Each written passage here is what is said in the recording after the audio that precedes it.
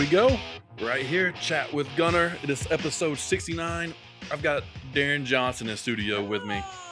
Man, I'm fired up. So I've had, me and Darin have been friends on Facebook for a while now, and I've known him through several different people that I've worked with. I've seen his videos, I've seen his stuff. He was out of the country for a while. I haven't had a chance to actually sit down and talk to him. So Darin, thanks for coming on the show, man. Dude, thanks for inviting me.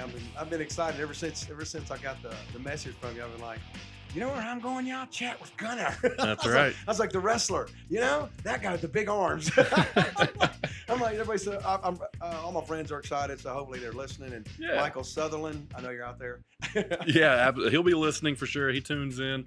You know, he actually brought something up real quick and get out of the way. Did you play some volleyball in the past or something like that? Yeah, we tried. He said y'all used to have a team back in the day. Y'all used to Yeah, play? we did. I mean, we actually, there was like, for, let's say 3 years there in Chattanooga, or 4 years probably. Volleyball was, beach volleyball and grass volleyball was at its all-time high. Paul Brock had really been pushing it, and he had brought in some really good tournaments.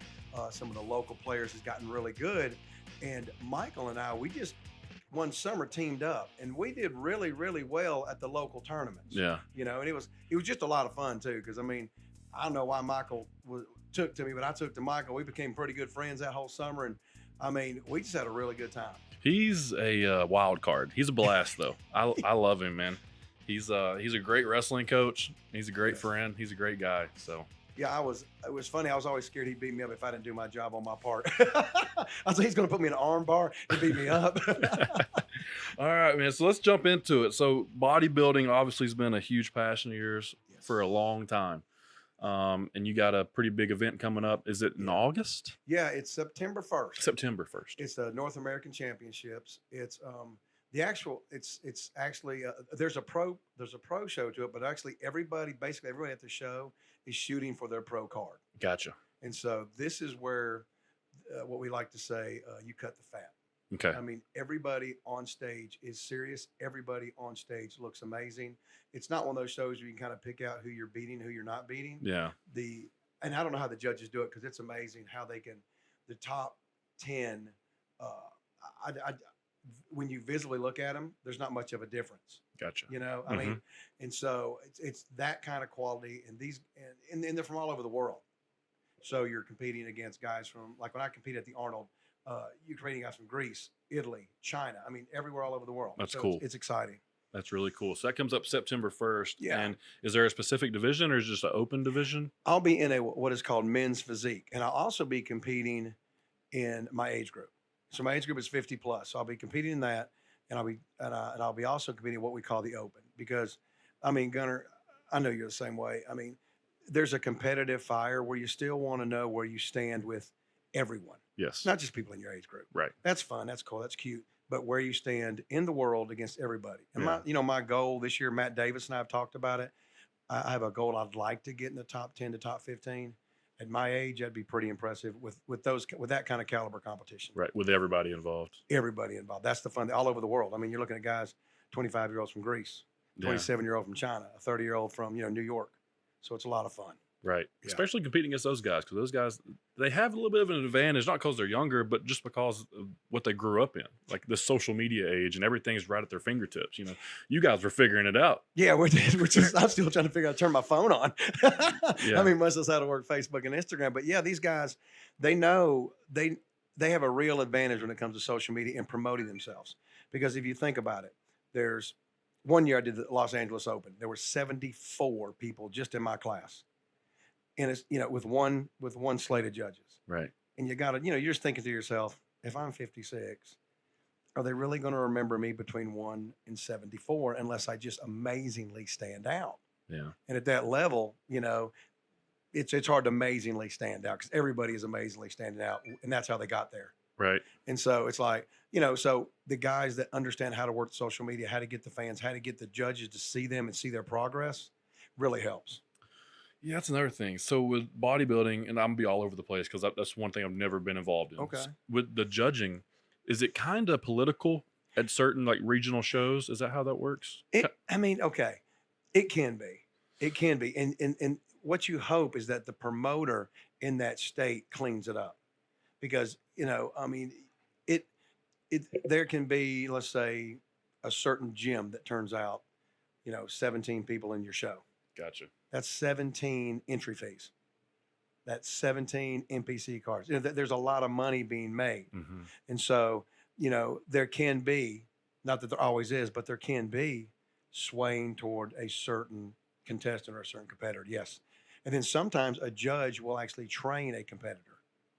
And that's, for me, it's hard for me to understand that, if I'm training with or training one of my people and they're in the show, Mm-hmm. if it's if it's between Gunner and Todd, and I know Gunner, and it's close, and Gunner comes in shape, Gunner's going to win. Yeah. So it's just It's like if a boxing judge was the trainer for the guy boxing. Yeah. Close fight, I'm gonna give it to him. Yeah, because you can really argue that it was a close fight. Yeah. Yeah, exactly. Okay, so we got that coming up September 1st. So obviously you're in the middle of prep. Yeah, I'm right in the middle. Yeah, I'm eating everything now. But you're also coming off a crazy injury. Dude, Gunner, that. Tell me about that, then we'll go to the prep. Gunner, that was from what Dr. Ballard said. Dr. Tim Ballard, he's a memorial. He said this is the worst injury you can have outside of losing your ability to walk.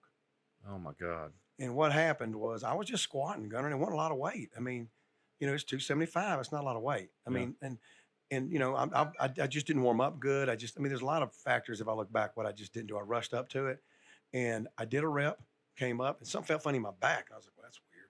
So I just made a slight adjustment in my lower back, dropped back down, came up, and then as I was coming up, I remember going up, but then I passed out. The pain, Dr. Ballard said, the pain was so great, your body just shuts down so you don't feel it. That's what Dr. Ballard told me. Because I said, he goes, well, and I told him, I said, when I woke up, I was on the floor. My legs weren't where they were supposed to be. And the weight was on the floor behind me. And Did you have anybody behind you spotting? Yeah, but you can't stop 275. I mean, yeah. Yeah, once it starts going down, it's going down. And he basically, what Gino did was, what he said was, I couldn't do anything, Darin. All I do was kind of guide it. So kept you safe. Kept me safe. Yeah, he kind of guided it back, and I was very fortunate. I mean, Gunnar, I have to say that out of the silver lining, the blessing in this, knowing that God was taking care of me that day was, when you squat, Gunnar, you go down, the weight kind of shifts forward. Mm-hmm. I could have fallen forward, Mm-hmm. and the weight crushed my neck and lower back, and I could be paralyzed from the neck down. Yeah. And so falling backwards, just falling on the upper part of my back with most of the muscle, yeah, it wasn't as bad as it could have been. So I woke up, looked at my knees. There's these big clumps of just big round mounds of something underneath my skin. And I looked at Gino and I said, Gene, move my legs, because I could not move my legs. I was completely freaked out for about 10 seconds. I was wigging out. I was like, oh my gosh, I'm paralyzed. I mean, I'm literally paralyzed. I'm paralyzed. Gene took my legs and he slid them like, I wish the listeners could see, but he slid them sideways, not picked them up and moved them, just slid them on the floor. Nothing was connected. Absolutely nothing was connected. The muscles, ligaments, tendons, everything had been torn apart. In both knees. In both legs. What? Yeah, dude.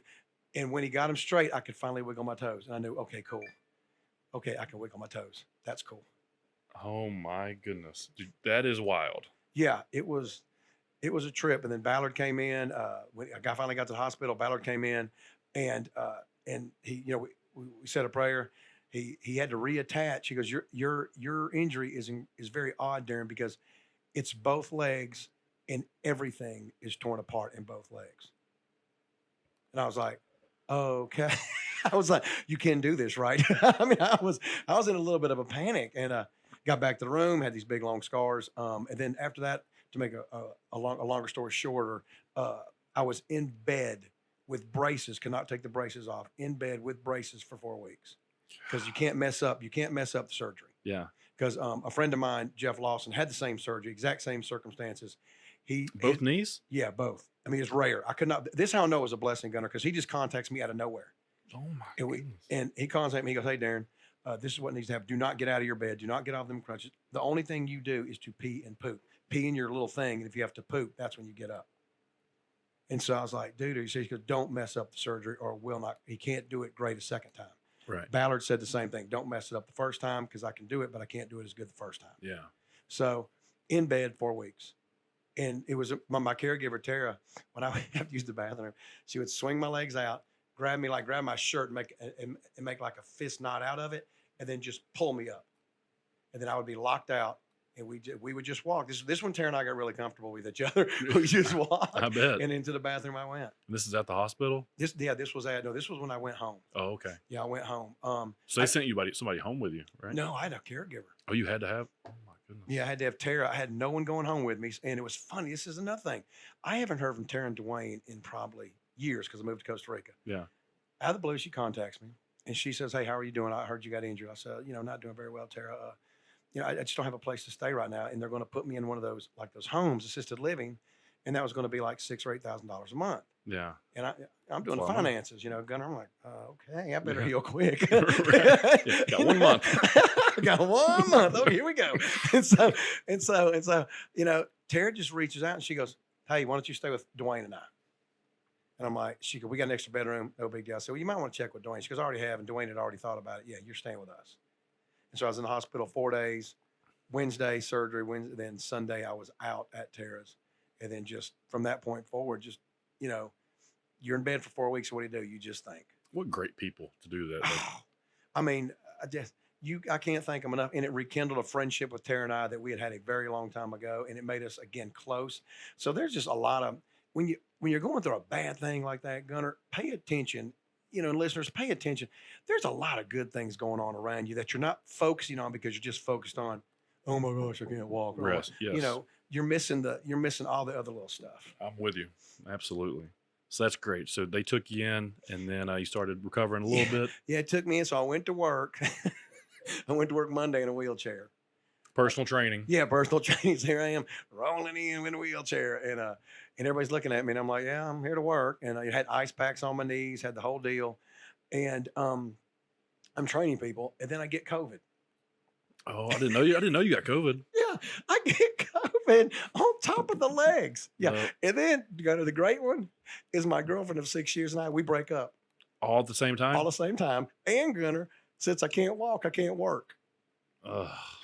And I get COVID, so I can't be around anybody. Oh my goodness. Gunner, the last 50 days, man, I'm like, I looked up, remember one time I looked up and I said, I know Job can handle a lot more than me, but I don't think I can handle all this.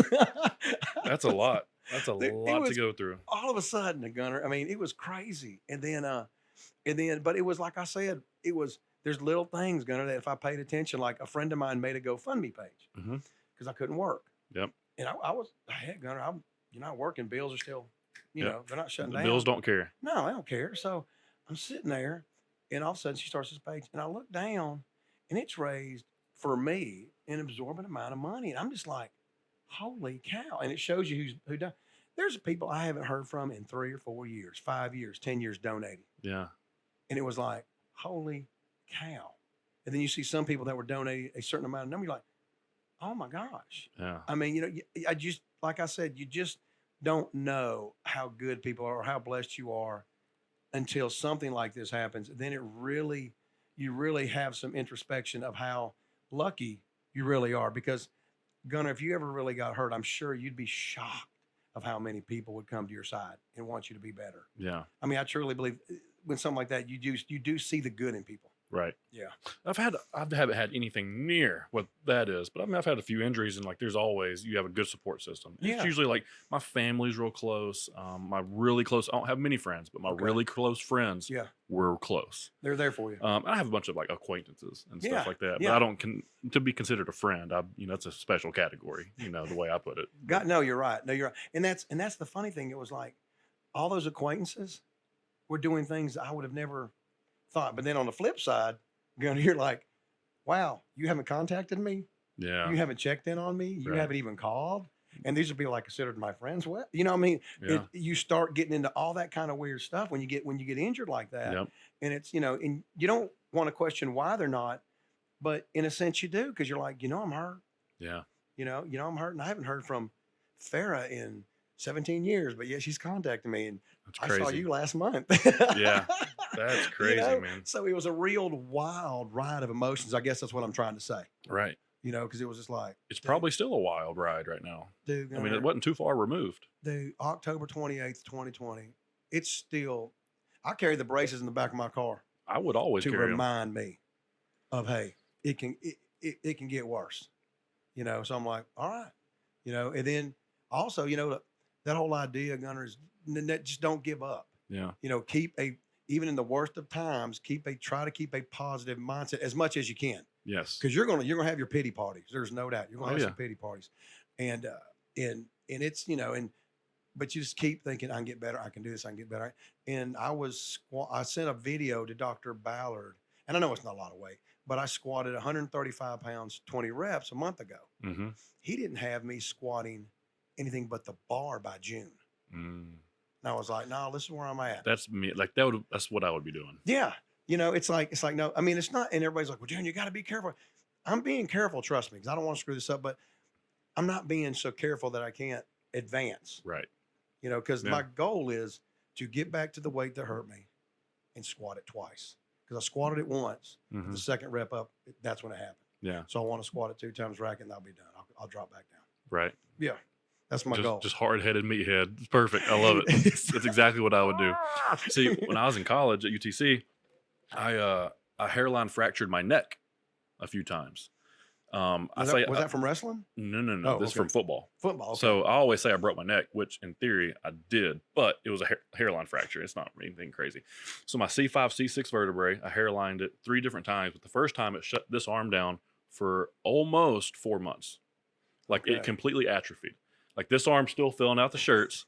This arm literally is a wet noodle and doesn't. I can't even pick it up. Like if I wanted to drive, I would grab the steering wheel and I could drive. As soon as I got right here, it would fall. Did you know what was wrong with it? We had no clue. Okay. We didn't even know it was a hairline fracture until the second time I did it, which I did it the first year of my freshman season. I did it the second time my junior season. So what's going through your head, Dan, when one arm is shrinking? And you mean, because I mean, I've never actually had that. I mean, are you going to the doctor all the time saying, look, you're wrong, you're wrong, you're wrong? So my coaches came to me and said, why are you lying about being hurt? Because there's no evidence that you're hurt. And I said, listen, I'm the strongest guy in the weight room. Do you think I don't want to pick this arm up? And do you think I like it looking like this in this shirt? Like that's not my thing. Like y'all can have this football. I want to look good. So we got to figure this arm out. Good. I've got life beyond football. Yeah. We got to figure this arm out. So we didn't know what it was. We did every specialist scan, MRIs, CAT scans. And then we went to a nerve specialist and they hooked up all these little things to me. And started, when it hit a certain nerve, if it made a sound, it meant the nerve was working or not working. Oh. And we found out that the nerve wasn't working, that it was stretched. So every millimeter that it's stretched is like X amount of weeks that you're going to be out. So literally they're like, you should be okay in this amount of weeks. And slowly my arm just kind of came back. Overnight, it started working. Really? But it happened on Halloween, my freshman year. And then I missed a tackle, got up, hit the pile, there went my arm. And then it came back after spring practice. Now, did it come back after a hit or did it just start, here it comes? I just woke up one day and I could pick my arm up again. I could grab things and I could, rotate it, but I could not pick it up and move it. And it was all because it was stretched. And it was because the nerve was stretched. The nerve was stretched. The brachial plexus in here, it's just a spider web of nerves. Okay. One of those got stretched in the hairline. And that's just from football. That's just in football. And so you had to just wait it out. Had to wait it out. Until it just kind of went back. So I went to practice. I practiced with a green jersey on. Nobody could touch me because I only had one arm. So I kept my spot, didn't lose my spot. There you go. And then I didn't even practice until like the first week of fall camp going into the season. That's called cowboying up, y'all, if you don't know. Yeah, you just got to figure it out, man. Yes, you do. Because in college, like, I wasn't a starter my freshman year. Fourth game of the season, J.D. Dothard had a high ankle sprain. And they put me in. Now, where'd you play? Linebacker? Played linebacker. So they put me in that game. It was my first game starting. I led the team with tackles for lost sacks, forced fumble. Like I had a really good game, and I started every game after that. Heck yeah, Daddy. So I wasn't trying to come back out. So I would play through whatever, But I love it. But when I was rehabbing, I couldn't use my arms, so I couldn't bench press or both arms or whatever. So I'm stubborn. So I was squatting. I got obsessed with squatting. Okay. So what I would do is I'd take my hand and I'd put it on the bar so I could hold it. Okay. And I'd grab the other one. I was good. I could hold the bar. So I'd just squat every day. So I ended up breaking a squat record because I hurt my neck because all I did was squat every day. That is. So that's my meathead stubborn story of why I would do it. Yep. I like that. That's the way just to keep working through it because, like you said, it's coming back. Yeah. I mean, It'll be back. I hope, That's what I kept saying. It can't get much smaller. I mean, it was hilarious. I would love to see a picture like that. This arm was like a 170-pound arm, and this arm was like a 230 arm. It was just weird looking. I couldn't figure it out. Anyway, so how's prep going right now? I know you're deep into it. Yeah, prep is good. It's and people don't think it's easy to eat all the time. They're like, oh man, you mean you just can eat? I'm like, yeah, but it's all the time. In the first 2 or 3 weeks, it's cool, but now it's like, I gotta go home. I gotta eat.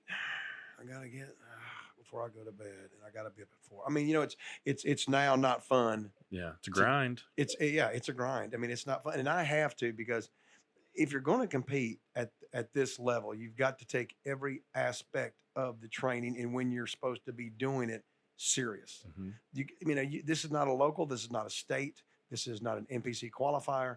I mean, this show is the best, and everybody in here is dead serious.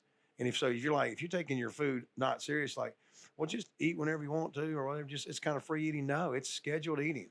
I start my meals at 4 o'clock in the morning, and I don't stop eating till 8 or 8:30 at night, and then it picks right back up the next day. So where do you eat? I know you do a lot of fit food with Andy Peters. Love Andy. I'm just do it right now. Shout out to Andy Peters and Fit Foods, because I mean he does. He has been really. Andy's always been a big supporter of the bodybuilding and fitness stuff in Chattanooga. Always has been. Mm-hmm. Always has always been intrigued. He was a very good friend of the late big man Dallas McCarver. Yeah. And so Andy's always been involved. And when I came to him, I said, hey, I'm going, I'm recently single, so it's hard for me to food prep. I tried, it didn't work. I'm doing the North American Championships in September. Andy, can you help me out? He goes, yeah. He goes, I sure can, Darren. He goes, I'll make sure that I have your meals the way they should be each part of the season, because Andy knows how to do that. Yeah. So when I tell him I'm off season, I have a high calorie, nice calorie, but clean foods. Yeah. Clean foods. And then, and I'll have 3 of those a day. But I'm like, well, okay. And Matt Davis and I were noticing that I was eating Andy's foods, and I wasn't like losing weight, but I was tightening up. Mm-hmm. And I was like, Matt, I'm about to peak out, Dad. And I'm eating all the time. And he goes, maybe you should add some cheat meals. So I just started adding 3 cheat meals with 3 regular meals a day. Okay. Where most people get a cheat meal a week or something like that. Matt and I figured that my body, the way it works, I'm fortunate enough to get 3 cheat meals, which is, it can be Arby's, biscuits and gravy in the morning. I mean, it can be a cheat meal. And that's the only way and that's the way my body holds size. And so I'm eating 6 times a day from 4 to 8. And then in meals, not just snacks, not just, 5 little small meals a day, like they say. No, you know what I'm talking about. To gain weight, you got to eat. And so I eat those. And then a protein shake before and after I work out, and then just sprinkle of fruit or some type of snack throughout the afternoon. Sounds good. Yeah, I mean, at first it was super fun. I was like, man, I'm eating all the time. This is great. Now I'm like, I got to get home, and I got to get the cottage cheese. I got to cut the apples. I got to get the yogurt in, and I got to get the heavy gainer shake in. Okay, let's go. I mean, it's just like you can't forget, and it gets to the point to where you're in the routine. Right. You're just you're basically robotic, and that's when it gets kind of boring. Would you say it's easier to do this single than it is to do it in a relationship? It depends on your partner. It really does depend on your partner.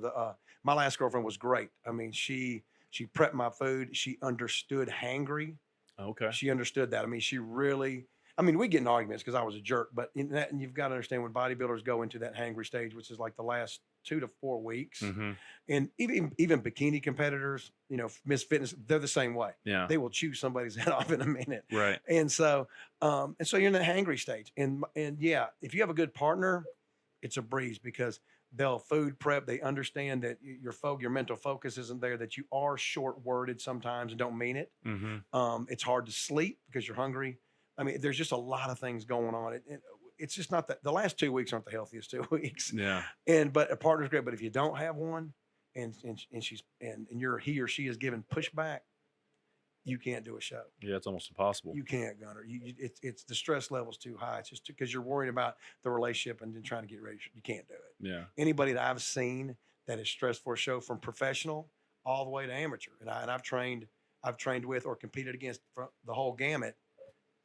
When they've had a relationship issue and they try to do a show, Doesn't work. Dude, they look like trash. You can just tell you like, why? Yeah. Why? Well, see, I like to watch the Generation Iron documentaries and those type things. And the ones that, are at the high level, they have a partner that's bought in, and they're usually their nutritionist or their cook. That's it. That's Gunner. I mean, because the bodybuilder, you have to be so focused on just eating and training, sleeping and supplementation. You don't have the time to do the other stuff. No. You just don't. So if you've got a partner that is all in, yes, that's a winning combination right there. I mean, and then single, it's perfect because your mind is always, what do I got to do next? What do I got to do next? What do I got to do next? So you're focused on if you're single. Yeah. When did you start doing all this? 1987. God, it's like in the golden days of bodybuilding right there, too. Barry DeMay, Layla Brada, Tom, Lee Haney, Tom, we think Milo Sarkov, let's think who else. Lee Labrada, Bob Paris, Barry DeMay. I mean, it's these guys, if you go back and look at those magazines, they're just something to look at. I mean, you're like, yeah, now that looks good. Now, Roley, don't get me wrong, Roley looks good, but he is flat. Now, he's the current Mr. Olympia. Mm-hmm. If you've not seen a picture of him, you just ought to look it up because the man is massive. Yeah.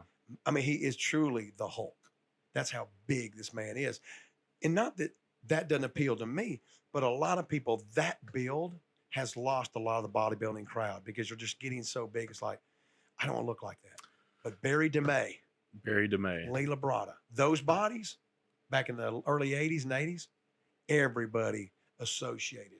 Look at those shoulders. Look at those arms. Look at that small waistline. Oh my gosh, look at those abs. So is that kind of the mixture of the classic bodybuilding moving into the new generation? They just hadn't caught up to the big size yet. Because I feel like when you got Jay Cutler and Ronnie Coleman, it was like, that's the biggest you can get and look the best you can get. Hit the nail on the head, Gunner. But then, and like, I'm not a bodybuilder. I love to work out. I respect it. Gym rat. Yeah, gym rat. I just love it. I love to read about it and all the stuff, and I keep up with it.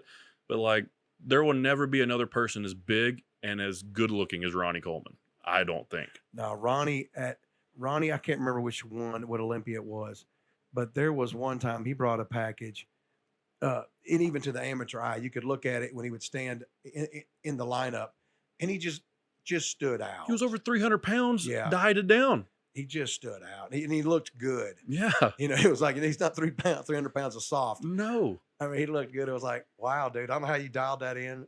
And if you ever watch his video called The King on Netflix, have you seen that? Yes, I have. Where he's broke down. He's broke down. But what I loved about Ronnie, and I know you loved it too, do you have any regrets, Ronnie, about it? Yeah, I should have got that 600-pound deadlift 12 times instead of 10. Yeah. I mean, that's still on his mind. Yeah. I'm like, dude, that's what a champion's all about. Yeah, I could have went 2 more reps, but I pulled it. Yes. Yeah. I loved him, man. I'm like, dude, that's why I loved Ronnie Coleman. Because, I mean, he has no regrets. He is broke down, like 3 or 4 back surgeries. I mean, those arm walkers. But he's still jacked. Dude, that just goes to show you the man works. Yeah. Or put such a great foundation on his body that he didn't have to work as hard now to keep it. Right. He's just maintaining the car now. Yeah, he did an interview with Joe Rogan. Do you watch Rogan's don't podcast? Even get me started about Rogan, Dad. I love Rogan. All right, so I saw that one. Yeah, such a great interview and just a nice person. Him, and did you see the one with Dorian Yates? I did. What a complete 360 in life. Buddy, is that not crazy? Yeah. I mean, and Dorian being the reigning Olympia or Mr. Olympia for a while. I mean, he was the first size monster. Because I remember seeing him. He came on. He was in the Mr. Olympia in Orlando. In Lee Haney's last win, no way he should have won it. Yeah. No way. So what happened was everybody, and it was funny because Dorian had this long blonde hair. And everybody told Lee, get out. This is the up-and-coming guy. You just retire now or you will lose. Right. And so Lee just shut it down after that year because he knew. Dorian should have won that one too.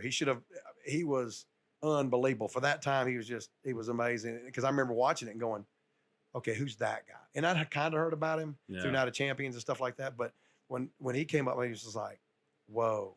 I mean, and to see him in person at his biggest, it was freaky. I remember one time we were sitting there talking about, we were going, what would it take to shut him down? Well, I could take a shovel and I could take this. And my man's wife goes, I'll just shoot him. Yeah. That's how big he is. Just shoot him. With a big gun, not a pistol. Yeah, that's it. He's a wild one because he took like the monk-like mentality, and all he did was just write his workouts down, train, and he had a different philosophy. He did like the high intense training, so like he would go work up and then just do like 2 really strong sets of 4 or 5 different exercises. Yep. And he'd be done for the day. Yep. Yeah, he would, but it would take him a while to work up to it. Yeah. And I remember him saying, I like seeing the videos of Flex Wheeler and Sean Ray on the beach while I'm in the gym working hard. Yeah. I'm like, dude, Dorian, you just could not. The man's determination was what set him apart, because Flex Wheeler probably should have been Mr. Olympia a couple times, but Yeah. just he was up there in LA living the life. Yes. He was at him and he should have never got around Sean Ray. Yeah. They look good in magazines though. Yeah, they look good in magazines. You don't got you have absolutely no hardware. Yeah. And those were great bodybuilders. Sean Ray and Flex Wheeler were great they're Hall of Fame bodybuilders. Not a win between them. I didn't know that. Yeah. Flex Wheeler never won anything? Never. He didn't win the Olympia. Gotcha. No, I'm sorry. No, he won the Ironman. Yeah. And he won the Arnold. And he won some European stuff, but never the big one. So he's probably like the biggest name that never won the Olympia, right? I would say him or Sean Ray. Because Sean Ray in the 80s, Sean Ray finished, I think, his first pro show second. And so everybody thought, whoa, this guy's the next up-and-comer. Never won the Olympia. That's wild. That's Dave. When you look at it, because he was in the game and he was always tip-top shape. And think about how quick it just moves to the next guy. Phil Heath, Phil Heath he's the GOAT. And then all of a sudden he can't even compete with these guys anymore. No, it's Rowley has set the bar so high now that it's to the normal eye, it's unattainable. To the bodybuilding eye and then the athlete eye, oh, that's cool. But to the normal eye, when they see Rowley now, because I saw a video of him this morning, and I'll have to send it to you, Gunner. When he does a rear lat spread, I literally go, yeah. It takes that long for him to spread it out. It's so big. God. It's freaky. It's a cobra's head on steroids times 100. Yeah, he's just that kind of size. And it's that kind of size. It's funny because I went out to eat with Dallas one time, McCarver. I've never seen more people just stare. And he was a big guy. Holy cow. I would see him at I guess it was Gold's, but it was the Rush too. Yeah. Kind of in that time frame. Yeah, he was in big country was surprisingly strong. I saw him do a superset of bent over rows for 405 for 10, walk right over and do 10 405 deadlifts, and then do the stack of pull downs for 10. Just boom, boom, boom, boom, boom, boom. Doing some giant sets with that. Doing giant sets, man. It didn't bother him a bit. I'm like, okay, how strong are you, guy? I'm like, holy cow. But wild. Going out with them is funny because they're so big, Gunner. You attract attention. Gunner, it'd be nothing like if you walked into a room with Dallas, because everybody's just like, they're almost scared. It's like, calm down, he's not going to eat you. Right. He sits down and he eats, and that's why you don't see a lot of those bodybuilders out. They just don't get out a lot. You can go to LA, you can go to Miami, you go over there out. You won't see them a lot. Yeah. Just because they're just that kind of freak show. Yeah, you don't see many huge guys just walking around. No. Like the biggest you'll see might be like a guy that's a little bit tall and it works out 6'3", 250. Yeah. That's a big guy out. Big man. You're big. Yeah, I'm usually pretty big when I go out with, people. I might be shorter, but I'm usually as thick as just about everybody. So you stand out and you're like, yeah, okay. Man, these guys walk around. It's like, holy cow, get the police. I know. It's scary. It is, man. It's scary. Fun. It's fun, though, because I would pick on Dallas. This one person wanted a picture, and we were right in the middle of eating. And Dallas gave her a picture, but he was always super cool with the fans. But he was just a little disgruntled. And so when she walked away, I asked Dallas, I said, hey, man, what's the deal? And he goes, Darin, we're working right now. I'm working. This is what I do. I have to work. And eating is work. Right. If you won't see me walk into a surgeon right in the middle of a surgery and go, hey, can I have your autograph? Makes sense. He goes, I'm working right now. I don't mind. If we get up from this table, we're leaving, I'll stop, take pictures, I'll sign, I'll do whatever. But right here, I got to get focused. I got to eat. And he ate a whole tray of sushi by himself. And that was his appetizer before his meal. He had 2 meals and a dessert. So he had an appetizer, 2 meals and a dessert. That's how much Dallas ate. Yeah. And I was at him, I was sitting there going, I need to leave. Are we leaving anytime soon? It's been 2 hours. Yeah, and he's what, 6'1", 6'2", yeah, he was 3 plus? He was a taller bodybuilder, Coz. Because he played football. He played football, and I'm 5'11 and a half, and I'm guessing he was right at me. Maybe he was 5'11, 5'11 and a half, maybe 6 foot. Yeah, because we were eyeball to eyeball when we met each other in Atlanta. Okay. Yeah, it's just a night, just a tragic story, but just incredibly. And it's funny because everybody should understand this about bodybuilders. A lot of them are just nice. Yeah. They really are, y'all. If you just get out there and you just say, hey, and make fun of their arms, they'll love you. Yeah. They'll absolutely love you. They're really soft-hearted people. They're just really crazy in the gym. Yeah. Well, you have to be a different type person to love to go punish yourself. That's a good point. So, and I mean, I like to do that, and I'm not even there on that level. Like I just every day I want to do something that kind of sucks. Yeah. That's just and I feel better about myself. Yeah. I mean, isn't that how we're built though, Gunner? Supposedly. Supposedly. I mean, our DNA is in that. I mean, we're not meant to lay around the couch. Right. You get nothing out of that. No. But you go in that gym and like you said, you pound down. You go, I'm gonna do that. Oh, I'll do that giant set today. And most people are like, we're gonna do what? Yeah. You're like, yeah, we're gonna do that giant set today. And that's and you're like, yeah, it sucked, but you accomplished something that day. Yeah. Whereas laying on the couch, that doesn't do anything. And the endorphin release we get, and that's why, are you in pretty much a good mood all the time? Usually, I'm always in a good mood after the gym. I've never in my life. I stepped into the gym my freshman year, and I haven't stepped out. And every day, I'm in a good mood after the gym. Boom. You see, folks, you hear that? Gunner, it's not rocket science. Get in the gym. No, it's not. Thank you. Endorphins are released that make you feel good. Yeah. Yes. Yeah, the same one that when somebody likes your picture or likes your post or whatever, that's the same endorphin that gets released. You just get to do it every time you press a weight.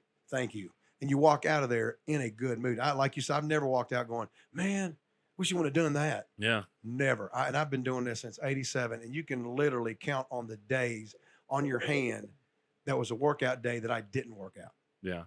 I'm like, you have your off days, you have scheduled off days, injuries, whatever, and you take your rest days. Right. But as far as days that I actually said I should work out today, but I don't want to, 5. How old are you? 52. This is not what 52 years old should look like. By the way, Gunner. Right? It's a lifestyle, man. It really is. Yeah. It's a flat out lifestyle. And people, and I never really thought about it, Gunner, until I got hurt and it was taken away. I was like, this is my life. What am I going to do? Yeah. It got really deep a couple of times with my head because I'm like, and so I immediately probably week 3, I had my buddies drive me to the gym with the braces on and I started working out. Gino and my workout partner, Charles, would lift me out of my wheelchair, walk me over to the chair, set me down, keep my legs straight, and I'd curl or I'd do dumbbell presses or whatever. Yeah. And that's when I realized this is a lifestyle for me. It's like going to work. That's what this is. And I have a good time doing it. Yeah. And I need it. Right. Because without it, Gunner, I don't know about you, but without it, I get super depressed. Yeah. I mean, things just don't go. Look, the sky isn't as bright. Right. Blue isn't blue. You know what I'm saying? I mean, when you walk out of that gym, I'm like, whoo. Well, here's something funny. So when I was growing up in middle school and stuff, my dad made sure I always had dumbbells, a bench press, the bare minimum. He always, So you grew up around it. I grew up around it. I mean, he just so when I was, I don't know, let's call it 5 and 6, he would challenge me. Bet you can't do 5 push-ups, bet you can't do 10 push-ups. In between commercials, watching wrestling, looking at these guys that are Jack, Stone Cold, The Rock, all these guys. He's like, you want to look like that? Do 10 push-ups, 20 push-ups. Here's your 5-pound dumbbell. Can you do it 10 times? Yeah, here's a 10-pound. If you do that 10 times, I'll get you another one. And we built our little collection up. And then by the time I was in high school, I had my own bench press. We had like a Bowflex, treadmill, hitting bag, and like some dumbbells, just bare minimum stuff. So I was able to do the basics. Okay. Kind of taught myself doing this whole thing. But like people don't have that. And then COVID hit and the gyms are starting to close. I usually go to the sports barn. Yep. Well, they were one of the first ones to be like, nope, we're done. I'm like, come on, guys. So literally the restrictions went out in March last year or May, whatever it was. That day I bought my home gym. Really? I was like, okay. I'm diving in. So I bought my rack, bought my weights, bought everything. Woo. So I didn't miss a workout the entire time during COVID. And then when the gyms opened back up, just went back to the gym.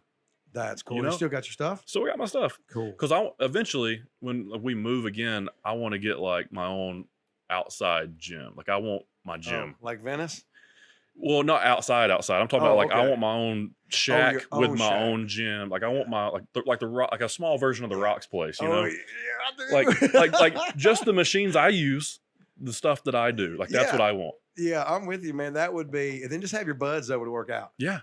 I mean, that, and you can have music, whatever you want, no music, whatever you want that day. Yeah.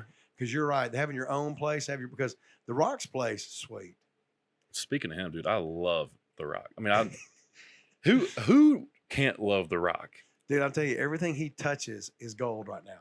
Doesn't matter what it is, movie, series, thing on Netflix, Ballers. If The Rock puts his hand on it, it's going to happen. And I'm watching it. I know. It's amazing to watch him how he worked it from wrestling and can you smell what The Rock is cooking to look where he's now. Yeah. I mean, he's a multi-million-dollar movie star. Yeah. That doesn't have to be thrown around, slapped in the chest, nothing. He got out early. Yep. He got out without being hurt. And look at him. He looks better now than he did wrestling. What's the show? He did a diet. I saw a picture of him. Recently? Yes. So he's doing Black Adam, the movie. That was it. He has dieted down for Black Adam, the movie, and he looks amazing. He looks like he can step on stage. I'm not kidding. Like, no. He doesn't have like the ab definition you'd need. He's not built like that, but like everything else, he's there. His build for him and what his build is, because we're talking about genetics. For that build, that's probably the perfect build. Yeah. I mean, like you said, no, his ab definition isn't there, but he has abs. Yes. His waistline is small. Yeah. He has round arms, round shoulders. I mean, it's like for that body style, yeah, the Rock's hit it on the head. Yeah. He also probably has millions of dollars worth of training and whatever. It's science. Yeah. And hey, whatever happened to Goldberg? I loved Goldberg. So Goldberg is still around. Is he wrestling? He's not wrestling. So not. he 2003 he went to WWE and kind of had his last match. Okay. He wrestled Brock Lesnar when Brock was young. And they both left at the same time. I remember that. Yep. Because they made it quick. I thought they made it quick because Goldberg's old and he couldn't go a long time. No. So then Brock came back later on. This is like 2016, 17. Okay. Goldberg had been out of the ring for 13 years. Okay. And he comes back. Yes. So now he's 13 years older and he's got to still be Goldberg. Well, Goldberg is like this beast, right? Yeah, right. Everybody knows Goldberg calls it traps. Like that's what you know Goldberg from. Yes. So he comes back, and I mean, he's not as big as he once was, but he's like white-haired, white beard, and still freaking jacked. Like, Ethan, see if you can pull up a picture of like 2018 Goldberg. Okay. Here in a second. So we'll get it pulled up in a second, but you'll be able to see it. But yeah, he's freaking jacked. So he comes back in his first match, beats Brock Lesnar in like 1 minute. And wins the championship again. And then has another. Come on, man. I saw the video on that and I was like, I said, holy cow. Go over to the one where he's holding the belt. That right there. So there he is. Wow, you're right. His shoulders aren't nearly as round.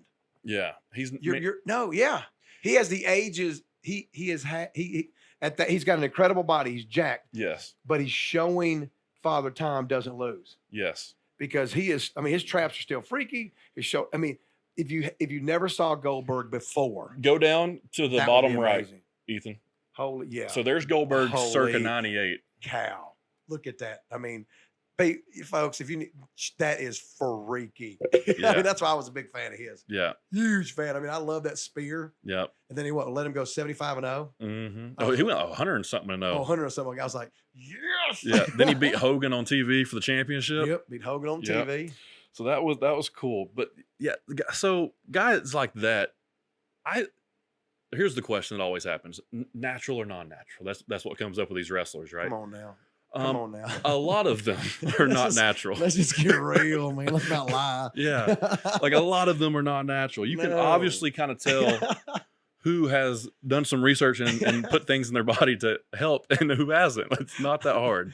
I mean, they work, okay? Yeah. I mean, look at the guys. Look at Olympic sprinters. Look at anybody that's truly used it. Yeah. I mean, that's why they're banned in sports because they work. Yeah. I mean, look at Goldberg. Yeah. Well, they're not illegal because they don't work. Thank you. That's a good point. Nobody's saying like, hey, you can't have too much sugar before the Olympics.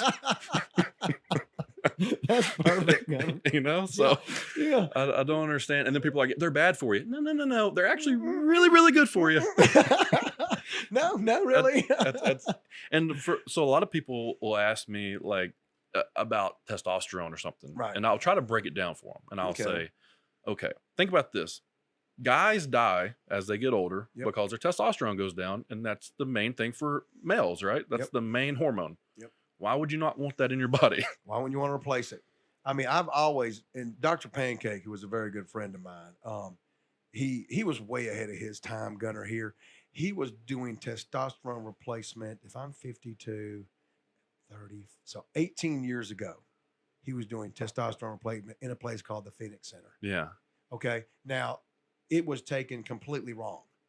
It was like, oh, he's prescribing steroids. Yeah. No, Dr. Pancake understood that the future of male being a man was replacing our main hormone, because women get estrogen. Why shouldn't men get testosterone? Yeah. And keep it at a doctor's level. I mean, you don't have to get crazy with it. Yeah. I mean, keep it at a doctor's level, keep it watched, and it works. It makes you feel younger, you're stronger. Yep. Your muscles are they react better to stimulation. I mean, it works. Yeah. Everybody that I know that is on it through the doctors says you need to. Like, once you hit a certain age, you should never come off of it. I tell all my clients that. They're like, Darin, what do you think? I go, get on TRT. Go see a doctor. And I don't have any problem saying it on your podcast. If you're over 35, 36, 37, 38, go get your testosterone check. See what your free testosterone number is. That's your working testosterone, y'all.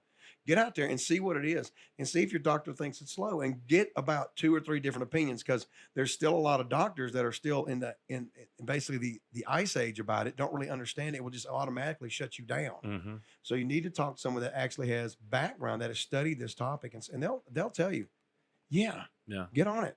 Yeah, it's like the main anti-aging formula for men. If you want the special pill, you just take it. That's it. It's testosterone and growth hormone. That is it. That's that's slowing the aging process down. So would you assume that The Rock is on testosterone and growth hormone? The Rock, there is absolutely, positively no doubt that, and he would get problems. I hope he'd be honest and not hear this and go, I'll go thump you and put you in a neck bar. I'm like, no. I mean, dude, you look amazing. Well, he's on steroids. What, do you think they don't work? Yeah, sure. So, I mean, try you getting on steroids and do your physical routine and see if you get the results as this other person. No, because it doesn't matter what you take. You still have to work. And you have to eat. You have to eat. And everybody thinks it's just, no. Let me tell you, The Rock is working hard, y'all. I mean, he is eating right. He is training right. He is sleeping right. There are no distractions. Everything has been basically compartmentalized. I mean, it's not just one thing. It's how serious they get about it. Right. And that's where you get your best results, because you get the best of both worlds. Yeah. I was wanting to go when I turned 35. I just turned 30. I was always debating going at 30 and getting tested, but I think I'm going to wait till maybe I still feel okay. So I'm going to wait a little bit. I mean, Bruce tested mine at 32. 32. And I've been on TRT since I was 32 years old. And it starts off very little. Yeah. Because like, no, you don't need any more than this. And that's what you want to do. You don't want to be ignorant about, well, I want 10 times more. No, you don't want 10 times more, because that doesn't match up with your age. There's testosterone levels for age groups. Right. And so you just want to keep it right there so you can still be, like you and I talk about, physically productive. Yeah. And it helps. It really does. It keeps you still age. Yeah. You still age, because, but it's at a slower pace. Yeah. It really is. Yeah, I need to check that out for sure. Yeah, I've done enough research on it. Obviously, I know that's the way to go. Yeah. It's just a matter of getting there and just get through the red tape. All you got to do is get tested. Yeah. And once you get tested, it's just, they just give it and you go. Yeah. I mean, like I said, all my male clients that have asked me, Darin, should I do it? I have said yes. Well, yes. That's smart. Yeah. I mean, it just makes you feel good. That's smart. So we got, so you're training where at? Are you at the train station? Ooh, yeah. I love it. Yes, I am with Matt Davis, and I have to give him the shot because he is the IFBB pro. Matt Davis. Tell me about him. That's the only thing I don't have is that card. He's got that on me, Gunner. And he does. It irritates me. I bet, man. Because I ain't been working out longer than he has, and he has his card. And so, no, Matt is a great guy. I've never heard a bad thing about him. No, I was going to say, Matt is the Chicago Cubs of bodybuilding here in Chattanooga. Everybody loves Matt. Okay. He doesn't have an enemy, because Matt is just, you got to meet him. He's just super cool, laid back, and he just wants to hear everybody's story. Okay. Because Matt, if I watched Matt's career, and I saw him come in at a show and me go, dude, you ain't got a prayer. What are you doing? What are you doing? And I watched him progress from show to show to show to where he won the overall Tennessee State. All right. So when you see someone that works like that and learns from all the mistakes and is learning and it goes up, then you're like, okay, that guy gets serious props, serious respect, because when, I mean, it's, you have to, it's not, some guys are, yes, some guys are lucky like Dallas McCarver, they roll in and they're pro within the first year. But to watch Matt do it and watch the way he did it was super cool. So he started what, in the 90s, early 2000s? He started in the 90s because he and I worked together at, it used to be LA Fitness, Cosmos Fitness. I can't remember what it was at the time, maybe Cosmos Fitness at the time. He and I were training out there. He and Julie were just starting their business, and they were starting out of that gym. And I remember noticing him, like, that guy's got some arms and shoulders and calves. And me and my friend Bill Higginbotham, who worked for the ATF at the time, he and I, we're just, just checking him out, like, yeah. And then we just kind of talked to him, and we just, we didn't get close to him, but we just watched him from afar. And then I heard he was bodybuilding. I was like, really? Let's see what this is all about. I mean, you just do, man. I got you. So I'm like, all right, let's see what this is all about. So I rolled in there in his first show, and I was like, you got some work to do, Dad. Right. And, but he would learn, and you would watch him change his workouts. He started implementing negatives. Okay. I mean, it was just really weird to watch because I can remember it clearly because he was the first. Because me, and I don't know about you, Gunner, when I get in the gym, it's on. It's just go. Yeah. And if I ever think about negatives, okay, we're doing negatives. Yeah. You know what I'm saying? I don't have anything really super planned. I mean, I am an emotional. Once I get my engine roll, it's like, let's go. You have a body part and you're going to hurt it. We're going to annihilate it. And Matt, he's more, you could see him approach his workouts with almost a science. Like this is what we're going to do. This is what we're going to do. This is what we're going to do. He was the first person I saw in Chattanooga do that. Approach it as you could see Matt was thinking about it. Yeah. He was making adjustments from the last show. He was learning. And it was like, okay, because at that time, there was no internet. There was no Google. You couldn't pop up and get somebody. You had magazines, but they weren't telling you the truth. Right. I mean, Porter Cottrell said, well, I ate a lot of peanut butter and banana sandwiches to get this size. I caught him in an elevator. He was drunk in Atlanta at the Mr. Olympia. And I said, did you really do banana and peanut butter and banana sandwiches to gain your size? He goes, no, man, I did that a little bit, but nothing like the article said. I'm like, okay. For all the kids out there trying to be like him. Right. And what Porter said was, hey, man, we're all fighting for the little bit of money that's here. Do you really think we're going to tell you our secrets? Yeah. Made complete sense to me. I was like, yeah, because at that time, the prize money wasn't much. You had to be one of the first three, and the third guy didn't get a whole lot. Right. It's like maybe 15 grand. Yeah. I mean, so. And if you're training for 16 weeks, that's not a lot of money. No, Gunner. That's 2 months of food. Thank you, Gunner. So it's like, so you really had to get it serious. So no, they really didn't tell a whole lot of, they didn't tell us what was really going on with their meals. But I can't remember where I was going with that, Gunner. I'm sorry about that. You're But good. It's just, seeing those guys seeing Matt, great, thank you. And seeing Matt progress like that and understand that there wasn't a lot of information. Yeah. And he and I weren't speaking. Okay. And it wasn't a mean unspeaking. It's just a competitive thing. I think it was competitive because I'm super competitive. Even now I'm super competitive, and I know he is. And that might've been a little bit, but we still had that respect. Right. Like he knew that this is Darin's prime. I'm watching this guy in his prime, and he's watching me come up. Yeah. I mean, we just never got together, and I expressed that to him maybe 2 or 3 weeks ago that I was really sorry that I didn't approach him when he was coming up and I was in my prime, because we could have really helped each other. Right. He could have took my bodybuilding to a level that it should have been. And you could have taken his the same way. I could have introduced him to really hard work. So all right, this is how you do it. Yeah, take your scientific approach and put it with this monster mentality over here. Yes. And let's both do it. Yes. And he would have shot up a lot quicker. Yeah. And there's no telling where I would have been because I just wasn't taking that approach. Right. I was a meathead. It's crazy how you wait around. You just learn things, right? Yeah. I mean, you do. And if you're a stubborn learner like I am, I'm a stubborn learner. I am too. Okay. I learn from mistakes. Yeah. I'm a stubborn learner. It's sometimes once you figure that out, and you and I'm sure you've done it, I'll watch people, and if I think they got something going on, then I'll apply it. Okay. But if it looks kind of ridiculous, I'm like, nah, dude, that don't work. Yeah. I do know enough. I've been to the gym long enough that don't work. Yeah. So yeah, there's the you can put a bunch of weight on the bar and move it bad, and it looks cool for videos, which I've done in the past. Or you can put the real lightweight on and do it right and actually get something from it, right? So. Yeah, I mean, but it's fun. I mean, don't tell me moving the heavyweight ain't fun. Oh yeah, it's awesome. Dude, when I benched 405, I absolutely would love it because when you go around the United States, this is the greatest thing because I've trained everywhere: Los Angeles, Boston, Miami, Dallas. Have you done Venice? I've done Venice. I've done Venice twice. And that is great when you're pumped up. Let me tell you, because people do just stop and watch. I mean, bet. it is amazing, I dude. bet.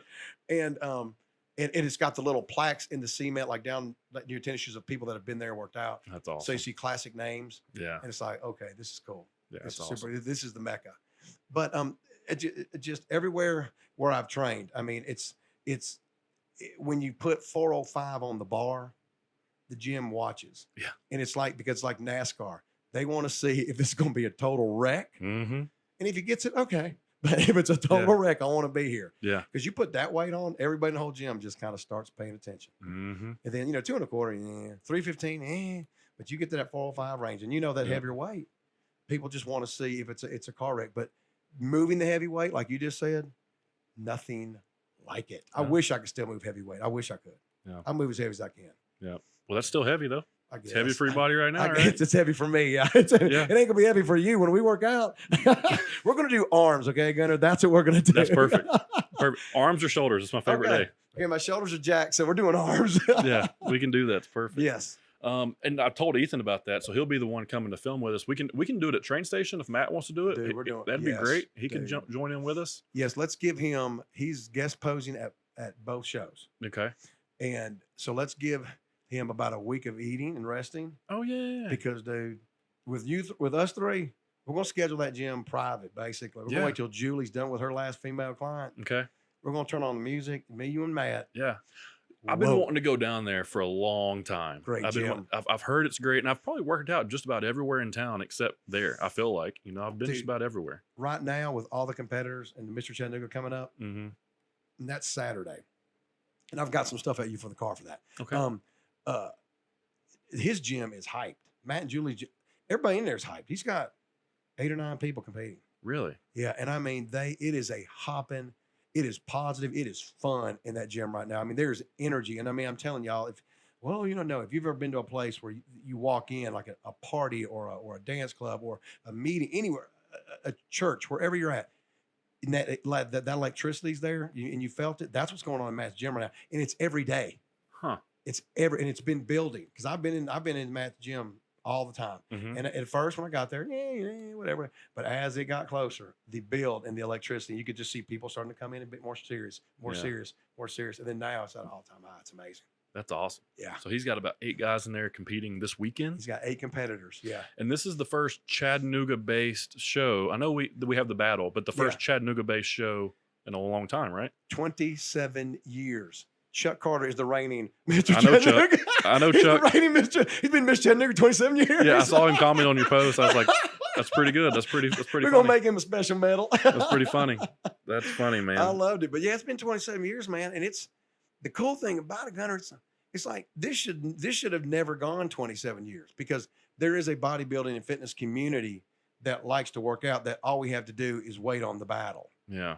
It would be cool to have a Mr. Chattanooga. Yeah. And so Tracy Lazar and Sean Whitfield got together and they put this thing together. And I have to admit, in the short amount of time, they have really done a great job doing it. And I mean, we're really looking forward to the first year, learning from it, what we can do better from it.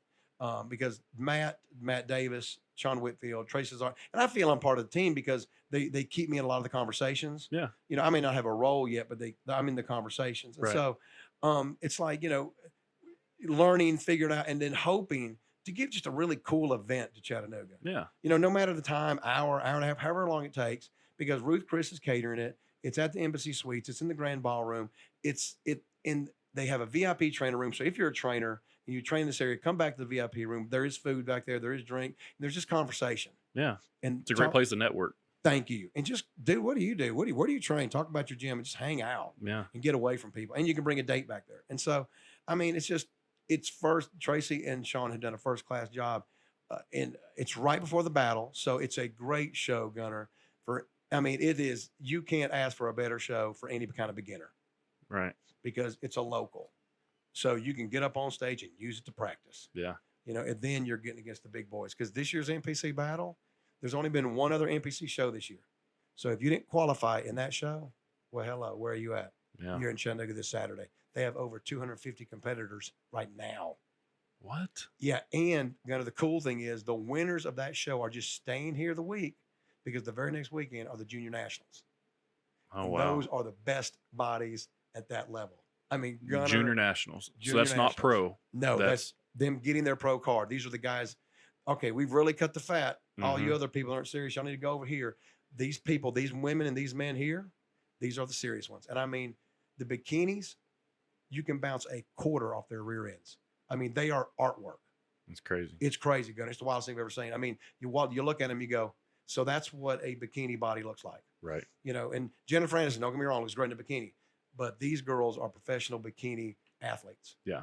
And so what they're bringing is, this is what you should look like: dimensions, shoulders, waistline, rear end, hamstring, glute tie-in. Not to say that, well, that's impossible for me. No, it's showing what can be done with hard work. Yeah. And it's really cool. And consistency. Yes. And dedication. Yes. And doing it for years, not just tomorrow.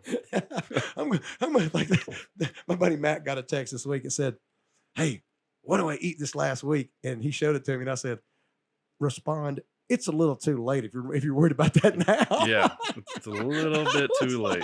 I was like, "No, Daddy, just tell him to go. Just tell him to fast." Yeah, just don't eat. You probably shouldn't eat. That's crazy. So, are you doing classic? Yeah, I have to. I've been bodybuilding my whole life, and with my leg injury, the quads just aren't going to come back. Not like they should. Yeah. And they may be in a couple years, but right now there's still a lot of atrophy in my quads. They're strong, but there's just a lot of atrophy. And I have to be very careful with the knees. I have to be careful not to tear anything again. I mean, I'm healed, but I'm not healed. I'm probably 35% because I still can't jump off a chair and land without it being very painful in my legs. Gotcha. So I'm still a long ways away. Right now I'm squatting weight. Okay. That's what it is. And so I decided this year to do the board shorts, Physique. Okay. Or doing Physique. Yeah, because they don't care about the quads. Yeah. All they're looking for is the upper ridge of your rear end. And I don't even know if they look at calves anymore. Yeah, I've seen guys that win that are just bean poles. No calves. I'm like, come on, y'all. You got to have something coming out the sleeve of that short. You cannot give it to that person. That's not a complete build. Right. Because complete is ankle to nose. Yeah, or put them in pants. Put them in pants. Exactly. Put them in long shorts. Exactly. And so I'm just like, nope. So that's frustrating. But the builds are, I've been able to work my upper body. So that's what they judge. So that's what I'm in. Yeah. And is it very like ab dominant? Dude, you better bring some abs. Yeah. That's what I thought. And if you look at them, Gunner, they almost look like little shrink wrap bodybuilders now. They didn't used to. Yeah. But as you said earlier in the show, it's just getting bigger and bigger. Everything's getting bigger. Bodybuilder gets bigger. It trickles down to classic bodybuilding. Classic bodybuilding then gets bigger. It trickles down into physique. Yep. And it trickles down into women's categories. You know what I'm saying? I mean, well, guys can't win bodybuilding, so they go to classic. They can't win classic. They go to physique, and now that's it. That's exactly it. And so you've got these little miniature shrink wrap bodybuilders, and how are you supposed to judge it? So you've got to really pay attention to the way the judging is going. Because if you're not, because I'll tell you, one year I did a battle at the river, and I studied, and Matt and I did this together. I studied what the bodies were at that time, winning out in Los Angeles, winning in Miami. What were the professional and Olympia physiques like? What they looked like, and they looked like little bitty bodybuilders. But the year before that, they looked like Abercrombie and Fitch models. So I competed, and I brought that package to the show. Which one? The bodybuilding look? No, classic. The classic. Gotcha. Because I thought, not classic, physique. Because I thought, Gunner, I was thinking, I'm getting tired of banging my body like I'm banging in the gym. This will be an easier class.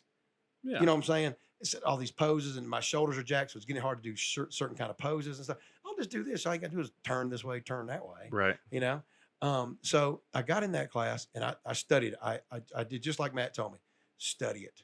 See what it calls for. So I was looking at all the best bodies in that thing. So I brought that package. Well, the judges here in Chattanooga were still behind. They put me fifth. Yeah, and Abercrombie Fitch guy got first. And it was really odd. I was so frustrated. But after I figured it out, I was like, they just weren't up to par on what should win at this moment. They were still like about a year behind. And it was like, so you got to know what's being judged when it's being judged, because size matters now. Yeah. I mean, Rolly is huge. He's proved it. Size does matter. Phil Heath couldn't beat Rolly right now. Yeah. There's no way. He's just big. So it's more about how big can you be in a certain division, but also give the look that they used to want. That's it. If you're the largest in your division and give the look that they used to want, you're a winner every time. That's crazy. Yeah. Yeah. That's why it's hard, because you got to keep that in this way. In the category I'm in, your waistline's got to stay small.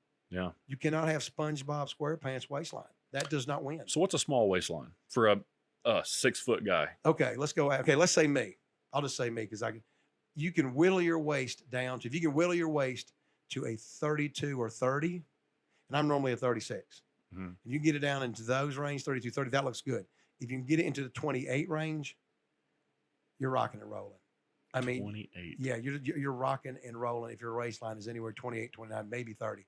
Because your waist, your shoulder to waist ratio is so small. Your abs are so defined, if you've been doing correct ab work, that when you stand next to somebody, you just visibly look better. So that would, now are we talking about like your pant size, or are we talking about like measure it, dry measure? Yeah, just a dry measure with your tape. So what would a 30-inch waist wear in pants? 32, 34?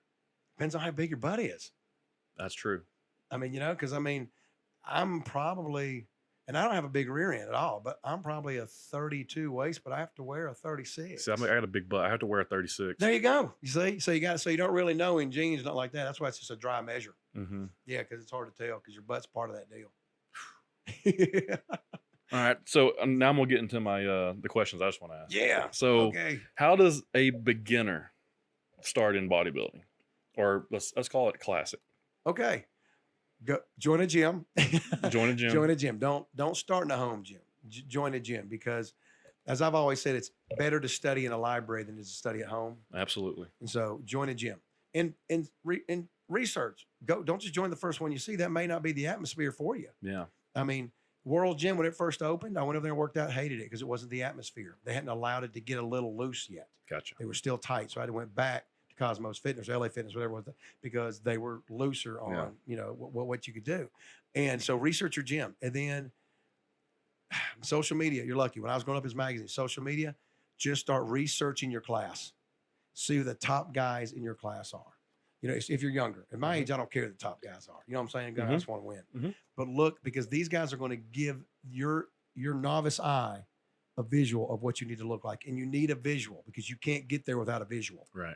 You can't get, it's like driving to St. Louis the first time. The first time it takes forever, but once you know how to do it, it's quick. If you get a visual of what you want to look like, at first your workouts are slower, but once it kicks in and you see it in the mirror, then it really starts rolling. Yeah. Because you can really focus on the muscles being worked. Right. And so you research there, and then understand nutrition. That's the biggest thing. That's the hugest. Not hugest. I mean, in my business, you can't put anything more important. Like they'll say, well, Darren, what's more important? Blah, I go, they're all important, y'all. Because if you drop one or slack on one, the others all have to make it up. Yeah. And so eating is important, but sleeping is huge, Gunner. Huge. If you don't get 8, 9, 10 hours of sleep, like Gunner, when I come home from work, I quickly eat and I go right to bed. And I'm in bed by 8:30. Weekends, 7:30, 6:30. 6:30? Yeah, in bed on Saturday, because I have to sleep. Just got to sleep, man. I mean, and that's what they're like, really, you have to really take care of your body, because, as I do, when you sleep, that's when your body heals. Yeah, and grows. That's exactly it, because you grow when you heal. So I have to get as much sleep as I can. And so you have to do that. And so I get them to understand that. And I guess what I'm saying is, understand it's a disciplined life. Yeah. You ain't freewheeling, Dad. You ain't going to the club to show off your muscles. You ain't going to the beach to show off your muscles. You are dead set on being disciplined on what has to happen. Right. I mean, there'll be moments where you'll shine, but don't force the moments. Understand this. If you'll do the discipline, don't force the moments. That's there. You go. Don't. Yeah. When you do the discipline, it comes legitimately, and it's cool because I've seen guys, Matt. I've seen it. His legitimate crawl up the ladder to Mr. Tennessee and to his IFBB Pro card is a legitimate. And he didn't win it until a few years ago, right? He was late in his years of winning it. And there's a lot that goes to timing. I mean, Gunner, when I was trying to be pro, they only allowed the overall winner to be pro. That means the class winners didn't get the pro card. Mm-hmm. That means the runner-up in each class didn't get a pro card. The winners of the classes met in the final. So the lightweight, middleweight, heavyweight, overall. The overall winner of that got his pro card. That was it. So the quality bodybuilding was amazing back then because only that person got it. But the problem was You got a lot of great bodybuilders out there. I was at the Nationals one year, and here I was my first year, 2000, and I'm going for my pro card. And I mean, I am on a hot streak. I mean, I have sponsors. I'm rolling. I mean, the next step is Darin's going pro. Yeah. And I get there and I see Dennis Newman. This is how naive I was. I go, oh man, we got Dennis Newman guest posing. This guy goes, dude, Dennis Newman's trying to get his pro card. And Dennis was in all the magazines. You can look him up, y'all. Dennis Inhuman Newman. He was a freak. And David Jumbo Palumbo were there. And I thought they were guest posing. That's how stupid I was, naive I was. They were there trying to get their pro card. That's crazy. And they were in all the magazines, Hunter. I mean, Gunner, they were in all the magazines. So I thought, oh, they're pro. He's on the cover. He's on the cover. He's got the main story. Oh, he's showing his workout. Yeah. No, amateur. I freaked. I was like, holy cow. So that's why then now it's a lot easier to get your pro card. And when Matt was coming, they only took the top 3, which I was in complete agreement with because, yeah, second could have probably beat first if got the diet tuned in right. Mm-hmm. You know, third, if you would have done stuff right, you may have made a run at 1. So 1, 2, and 3, I'm fine with. But they started giving it to 4 and 5 in your class, and I got a real issue with that because I'm like, you're the 5th person in your class. You couldn't beat 4 people in front of you. How are you getting your pro card? Yeah, that's not right. And Matt explained it to me. It was because they're trying to expand as what they call the sport, what I call the pageant. Yeah, that is, the stage stuff is not sport; it's pageant. Right. And so Matt explained to me, because no, they have to because they're expanding and they need a lot of pros. I'm like, oh, okay, so that makes sense. Yeah. Because they're expanding the sport. It makes a lot of sense now. And these people aren't bad. It's just my deal was if you can't beat 4 more people in the class, you sure don't need to be turning pro. Right. At that show. Yeah. So, we all have our own personal opinions, but it's all about timing. And Matt's timing came perfect because there was a show in Raleigh. He got there and he knew he had a shot at it. That's the cool thing. Oh, yeah. You just know Matt was like, yeah. I got a shot at this. And when he walked out with his pro card that night, I think Julie was the one happier than me because I had watched Matt from that first show going, dude, you ain't going to be nothing. To get his pro card before you. Before me. Shut up, Gunner. Did you hear that, Matt? Did you hear that? That is not cool, Michael. That is not cool. Oh, man. Oh, that's funny. You're going to get it, though. I got a feeling. I hope so, man. If I don't, I'm satisfied with what I've done because there was a time, in the 90s, mid to late 90s. I mean, without that, there's no social media, there's nothing like that. But there was a time I was on a hot streak. I mean, I think I won 12 shows in a row. That's crazy. I mean, you just do the circuit. You start in March and you did the Corey Everson Classic in Birmingham, and then you just roll. So, I guess, how long is a normal prep? For most people, it's 12 weeks. Yeah. Yeah, for most people, it's 12. About a 3-month prep. What about you? About 8. About 8 weeks? About 8, yeah. This year, Matt and I are going to complete different approach. This year with my age, and as well as I do, you get older, it's harder to hold muscle. Mm-hmm. So what happens to me when I stand next to the young kids, I look symmetrically good as them, but I'm not holding as much muscle. Not as much mass on Yeah, you. so I get muscled out. So this year, Matt and I are going to do it different. I'm only going to diet for maybe 10 days. Really? That's it. And I'm not going to cut my water. So you're going to try to go fuller? Yes. And Matt and I, we tested it with Andy's food, and I was just eating his food, and I was going, what is going on? Mm-hmm. Why am I, my image, my numbers aren't changing, but I'm getting tighter. Yeah. Matt and I would realize with that, hey, dude, what we need to do, Darin, is you need to take, and this is the strategic part I love about Matt. We need to take a 205, 208, 210 body and just work it for a year and make that 208 the baddest 208, period. Yeah. And then diet off about 10 pounds. And just peel it off. And just peel it off and walk in there just full and just stay. Yeah. I mean, it was, he and I came up with it, and it was a dual effort. I was like, dude, this is the plan. This is what I should have been doing all along. This is why I needed you in the 90s. Yeah. Because I needed to throw ideas off you and you pick them apart. And then we come up with a plan together. Yeah, he and I are teammates, man. We're ride or die on this bodybuilding stuff because, we've done shows together, which was fun. We've trained together. He's actually trained me. The year he trained me, Gunner, I got rooked out of winning the Arnold so bad. Yeah. What? Okay. Oh, my That's when I started following you, Gunner. and you were in some shape going into that. Gunner. Matt didn't even recognize me. He saw me in the crowd and he goes, Julie, have you seen Darin? And Julie goes, he's right there. And he was like, Darin. I turned, yeah, what's up? Yeah, that I physically changed. That I lost that much weight and held that much. I mean, it was the best prep I've ever had. What'd you weigh Ever. at that show? 182 from 220. So that's when you started prep at 220? Started prep at 220. I dropped to 182 and I lost 4 pounds. I started taking diuretics the night before, which, we don't suggest anybody do that, but that's the part of the sport that, is you have to do because you want the water out of your body so you really look hard and you really look ripped. Right. I lost another 4 pounds that night. And Matt and I and Julie were trying to figure out how to Barbie pin my trunks because they weren't fitting anymore. They fit on Friday, but Saturday morning they weren't fitting. We were Barbie pinning up. I mean, I walked backstage and I looked around and Matt looked around and I was like, I've won. I have won the Arnold. Oh my gosh, I have won the Arnold in my class. Which would have been amateur open. You were what, 47, 48? Yeah. It was in my late 40s. And I literally was going, oh my gosh, I've won. There was nobody backstage that even compared. And Matt and I both agreed that, nah, you're the winner here, Dad. There ain't no doubt. And man, I got rooked so hard. I was in the warm-up room warming up, and a guy walked in and goes, dude, I think your class is standing on stage. And I went, what? They go, yeah, your class is on stage. I ran out to the stage. Sure enough, they were there.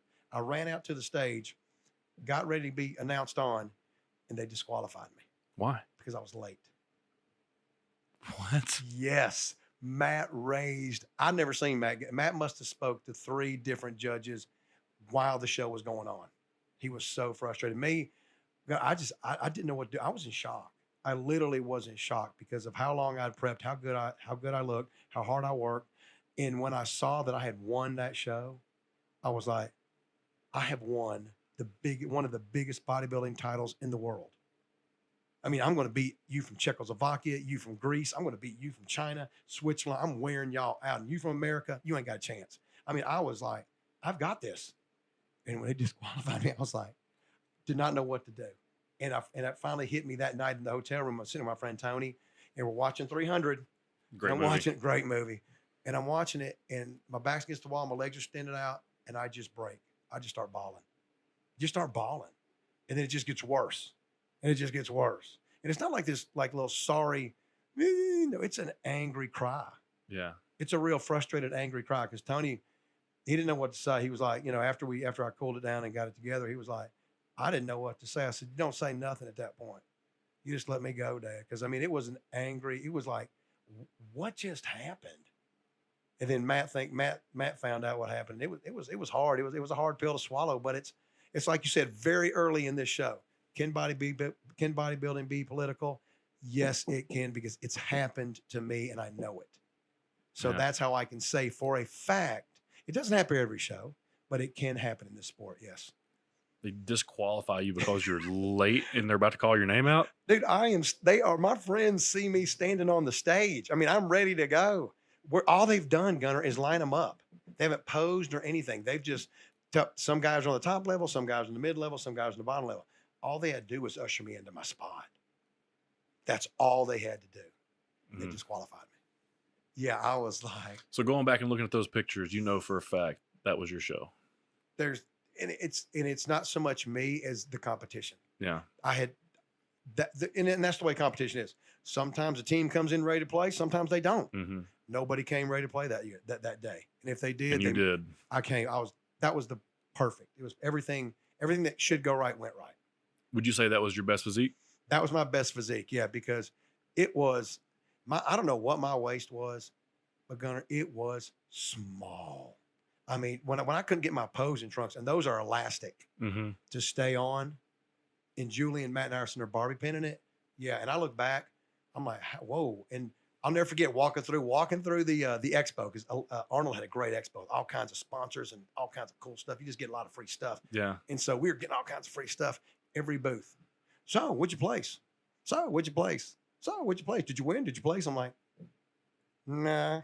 I mean, what do you say? I was late. Yeah, I was late. I got disqualified. Why? Because I was late. What? I mean, yeah, it was the biggest. It was the biggest crock of bull that Matt. I can truly say that I've ever been a part of, and I think Matt would agree that something just wasn't right. I mean, it was like there was just so much that show, and it's frustrating. But it showed me another thing that I just don't love bodybuilding. I mean, I love bodybuilding, but I love working out. Yeah. I just love working out because you still can't take that away from me. Mm-hmm. You know, I know I worked hard on all these cats. I saw it. You know it. We all know it. Yep. We all know it went down here today. Bodybuilding. I still love to bodybuild, and I still love to work out. You know, because you don't judge that. If you judge that, I'd get 10s. Yeah. Or I'd get 1s, whichever your intensity level's at. Right. You know, and so that's why I love. And I know you get the same thing. Yeah. Because there are days you are in the zone, Mm-hmm. and it just feels good. And so yeah, so I mean, it sucked that day. And I remember I took a picture of an airport. It was the weirdest thing. I was the only person sitting in the whole area. In the whole area where our plane board, I was the only person. Guy took a camera of me, and it was just a silhouette of me sitting there with holding like holding a Starbucks cup, and I was just sitting there on it, and I just titled it "Alone with My Thoughts," because yeah, at that point, that's what I was. I was like, wow, dude, what? I flew all the way up here, 4 months, worked out, disqualified. That's crazy. Yeah, and that was the year I could have went pro. I could have beat Matt. I could have beat Matt to the punch. So here's what happened. Matt went up there and told the judges to disqualify you because you was late, because he knew what his plan was. He did. He had a plan. He had a long-term plan, that son of a gun. Oh, man, I hate to hear that. I knew that something happened, but I never heard the story. Yeah, so. and that's legit truth. I mean, that's not a made up. Yeah. That is legit true, man. I mean, I had all kinds of friends come up. I mean, we had a good tribe of people there. Yeah. They could. I mean, it was weird. It was odd, and so you know it happens. And then, but like Matt said, you can also use it, because this was funny. When we got back, I looked at Matt and I said, "I'm going back," and he goes, "I'm going with you." And we started that next Monday, and we trained that whole year. And we both went back together, and that was cool. So y'all went back up to the Arnold? Yeah, and we did the same thing? Did the same thing. I got 8th. Got 8th out of how many? Out of 8th, about, I think there was 27. 27. Yeah. But that's the Arnold. I mean, it's the That's Arnold, the then the Olympia. That's the Arnold Olympia. And at this age, I'm 48 or 47. Yeah. And I'm competing against guys 25, 28, 30, 31. Yeah. So I'm like, heck yeah. I got 8. No, that's awesome. Yes, I was excited. I was super excited about that. That's why North Americans, I'm super excited. Yeah. I'm really fun. Yeah, just to see where you stand, Gunner. Where you Right. stand against the best. See, and that's my thing when it comes to bodybuilding. Listen, if you're like, hey, meet me at the gym at 4, I'll be there. Yeah. I'll be there every time, and I'll work just as hard as anybody. If you're like, hey, man, you got to do this for 2 years, I'm in. Let's do it for 2 years. All right, let's talk about eating. Well, hey, listen, I'll do it good for 2 weeks, and then I'll do it bad for a couple weeks. Like the best, I'm not going to say the best I looked, but I did a meal prep company. I've done Fit Plus too, but I did Nutrition Solutions. Okay. A lot of wrestlers do it. They're out of Miami. Okay. Anyway, so they were sending me, I'd pay whatever, and I'd get like 5 or 6 meals a day. Okay. And I was eating Yes. that. I did that for literally, I just did it for 8 weeks. Okay. And Ethan can tell you, I went from like 235 Yep. to 210 and pilled. I was like, that's weird. But it was the first time I ever ate perfect for, let's call it 2 months. Yeah. Yeah. And how did your training change? So I was definitely weaker. Yeah. Yeah. I was definitely weaker. Could you handle that mentally? Because a lot of guys have an issue with that. So here's the thing. I was at a point where I didn't necessarily care. I work out by myself Cool. a lot, so I didn't Cool. necessarily care. Cool. And it was during the home gym thing. So it was during Okay. COVID. I Okay. didn't want to, I was like, this is a perfect time to do it. I'm gonna work out here, I'm gonna work here, and I'm gonna, eat. So I was in a really good spot. Yes. So it didn't really bother me. But then when I'd go back to the gym and I would see guys that they're not as strong as me, they don't look as good as me, but they're just a little bit bigger than me just because they weigh more at this point. Now I didn't like it because I've been 230, 240, 250 pounds Yeah. the past 10 years. Yep. Yep. Yep. So now I'm going back the other way. I'm like, I'm gonna go as big as I can again, and then we'll see what happens. But I'm interested because I've always wanted to step on the stage, Okay. and I've always been Well, I can tell you. nervous. I can tell you. You got to do it once, Gunner. I mean, you really do. Because your build, you have to do it one time. And you either hire me or Matt, and you get a coach, and you suck it up, and you just do it. Because I'm telling you, there's nothing greater than when you get on that stage and you're in front of, I don't know, if you're in the Tivoli, you're looking at a full house. I don't know what a full house is in that place, but all eyes are on you. Right. I'm used to it because of wrestling. Yeah. So it's just a different kind of thing because wrestling, you're focused on your opponent. Correct. You know, you might hear the crowd, maybe, I don't know. Yeah. But you are focused on beating your opponent. Yep. Football, focused on beating your opponent. Bodybuilding, well, it's like crickets out there, Dave. If no one likes your build, Right. I mean, it becomes vicious really quick because people let you know. Yeah. You strike a pose and they're like, uh-huh. Right. You hear somebody's girlfriend clapping. That's when you know, dude, this is different. Yeah. And that's why it takes to making sure that you show up in stage shape. Stage shape is not beach shape. A lot of people get that mistaken. Okay. Oh, I look good for the beach. Yeah, but you won't compete at all on stage. Right. I mean, there's a huge difference between beach muscle and stage muscle. And then there's strength. Yeah. There's strength size, which you're getting into. You're going to be strong as an ox. And then there's beach muscle. Mm-hmm. You stay strong, and you're kind of ripped. You got a little resemblance of abs. You look good. And then there is wow, you look amazing. Yeah. You know, and you look physically different. Your face looks different. Everything looks different. And so that is why I tell people, don't try this the first time by yourself. Hire a coach, suck it up, and do what he tells you. Oh, I would have to do that. Because there's nothing like that. Once you get up there, and then the crowd gives you a serious, like, good hand of applause. Mm-hmm. Nothing like. Then prejudging is the best because prejudging is brutal, Gunner. Really funny story. So I'm up there and I'm competing against. I can't remember the guy I'm competing against. I'm up there and it's at the Mr. Chattanooga, and at 27 years ago, and I'm fixing the judge asked for a display of legs and abdominals. So what you do is you drop your leg, you take either leg, extend it forward, flex it, and then as you flex your legs, you crunch down on your abs and you show your abdominal muscles, and that's the pose he's asking for. So we all do it. My number's 25. Some guy yells out, who was cheering for some other guy in my class, yells out, "Hey, number 25." Now I've always had small quads. Mm-hmm. They've never matched my body. Yeah. If I could have ever gotten to match my body, it would have been Katie bar the door. I don't know what could have been, but my legs just suck. No matter how much I worked them. Yeah. Genetics. I'm sorry. There is a genetic factor. There is genetics there. Thank you. There's a genetics. Not, well, you didn't work them hard enough. Really? Come work legs with me one day. Yeah. You know, when I was in my prime. I mean, you know, it was like, I tried.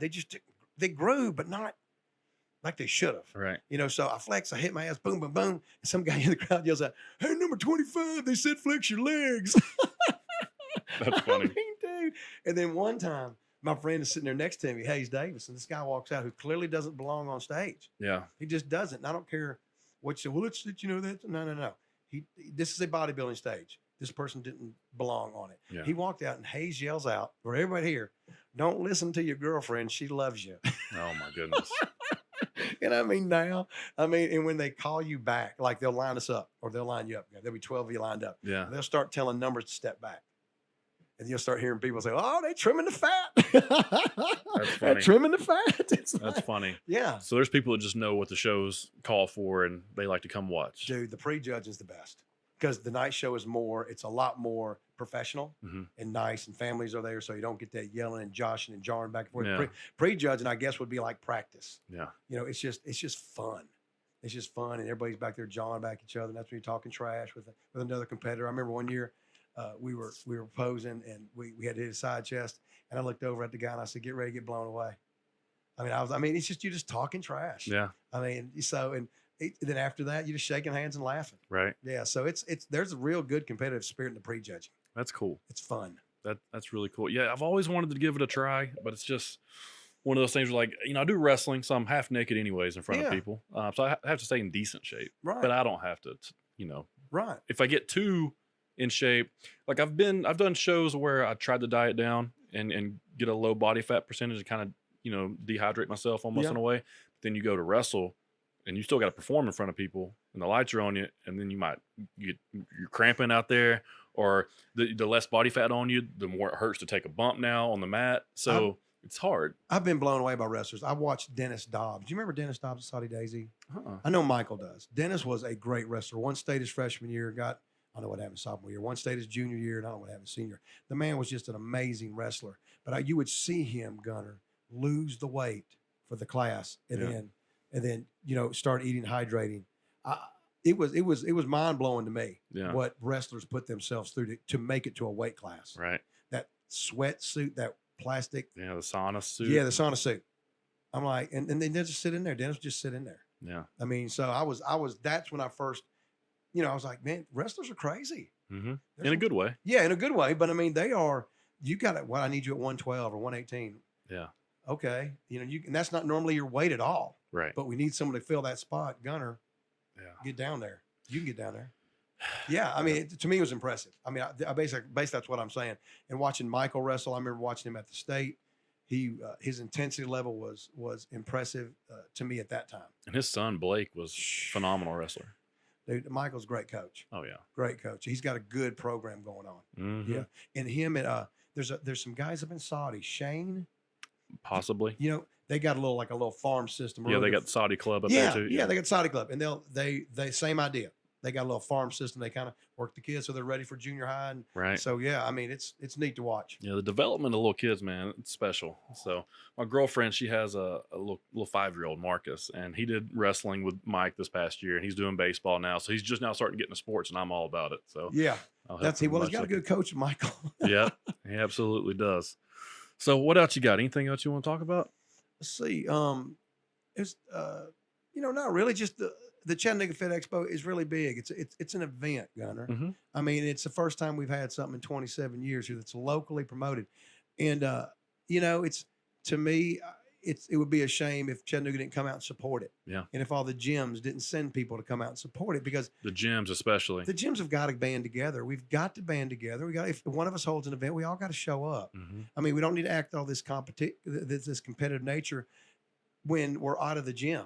Yeah. This is a show that everybody from all the gyms should show up, support, be there, because we would be there for them. Right. And so hopefully we'll have a good turnout. We got really good competitors showing up. I've seen a couple of them, and the couple I've seen, if they are so good. If they don't win, it'll be shocking. Really? Yeah. That's the kind of quality that we're bringing into Chattanooga. And then Matt's guest posing, which the other day, he was he was posing for me, Gunner. And in the back of my head, I've always seemed to have this thing. I don't care how much older I am than him, that I probably can stand up next to Matt and pose. Well, when he took his shirt off, I was like, I hate you. He's just a big man. He's just a big old dude, man. 6'4", right now he's probably 240.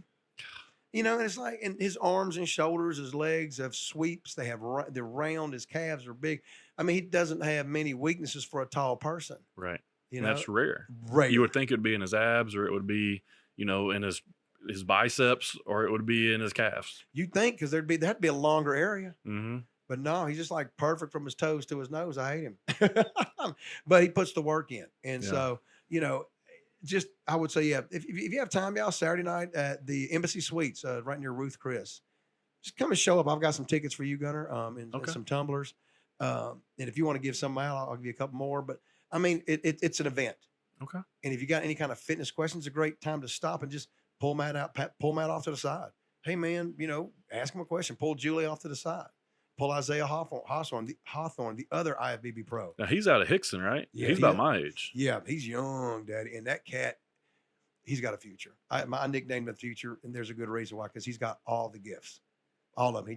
Once he gets it right and it hits, I see Isaiah on the Olympia stage. Okay. Yeah, he's legit. He got his head right. Good. Yeah, because the first show he did, remember, he finished last, and I was like, he just won't get that diet right.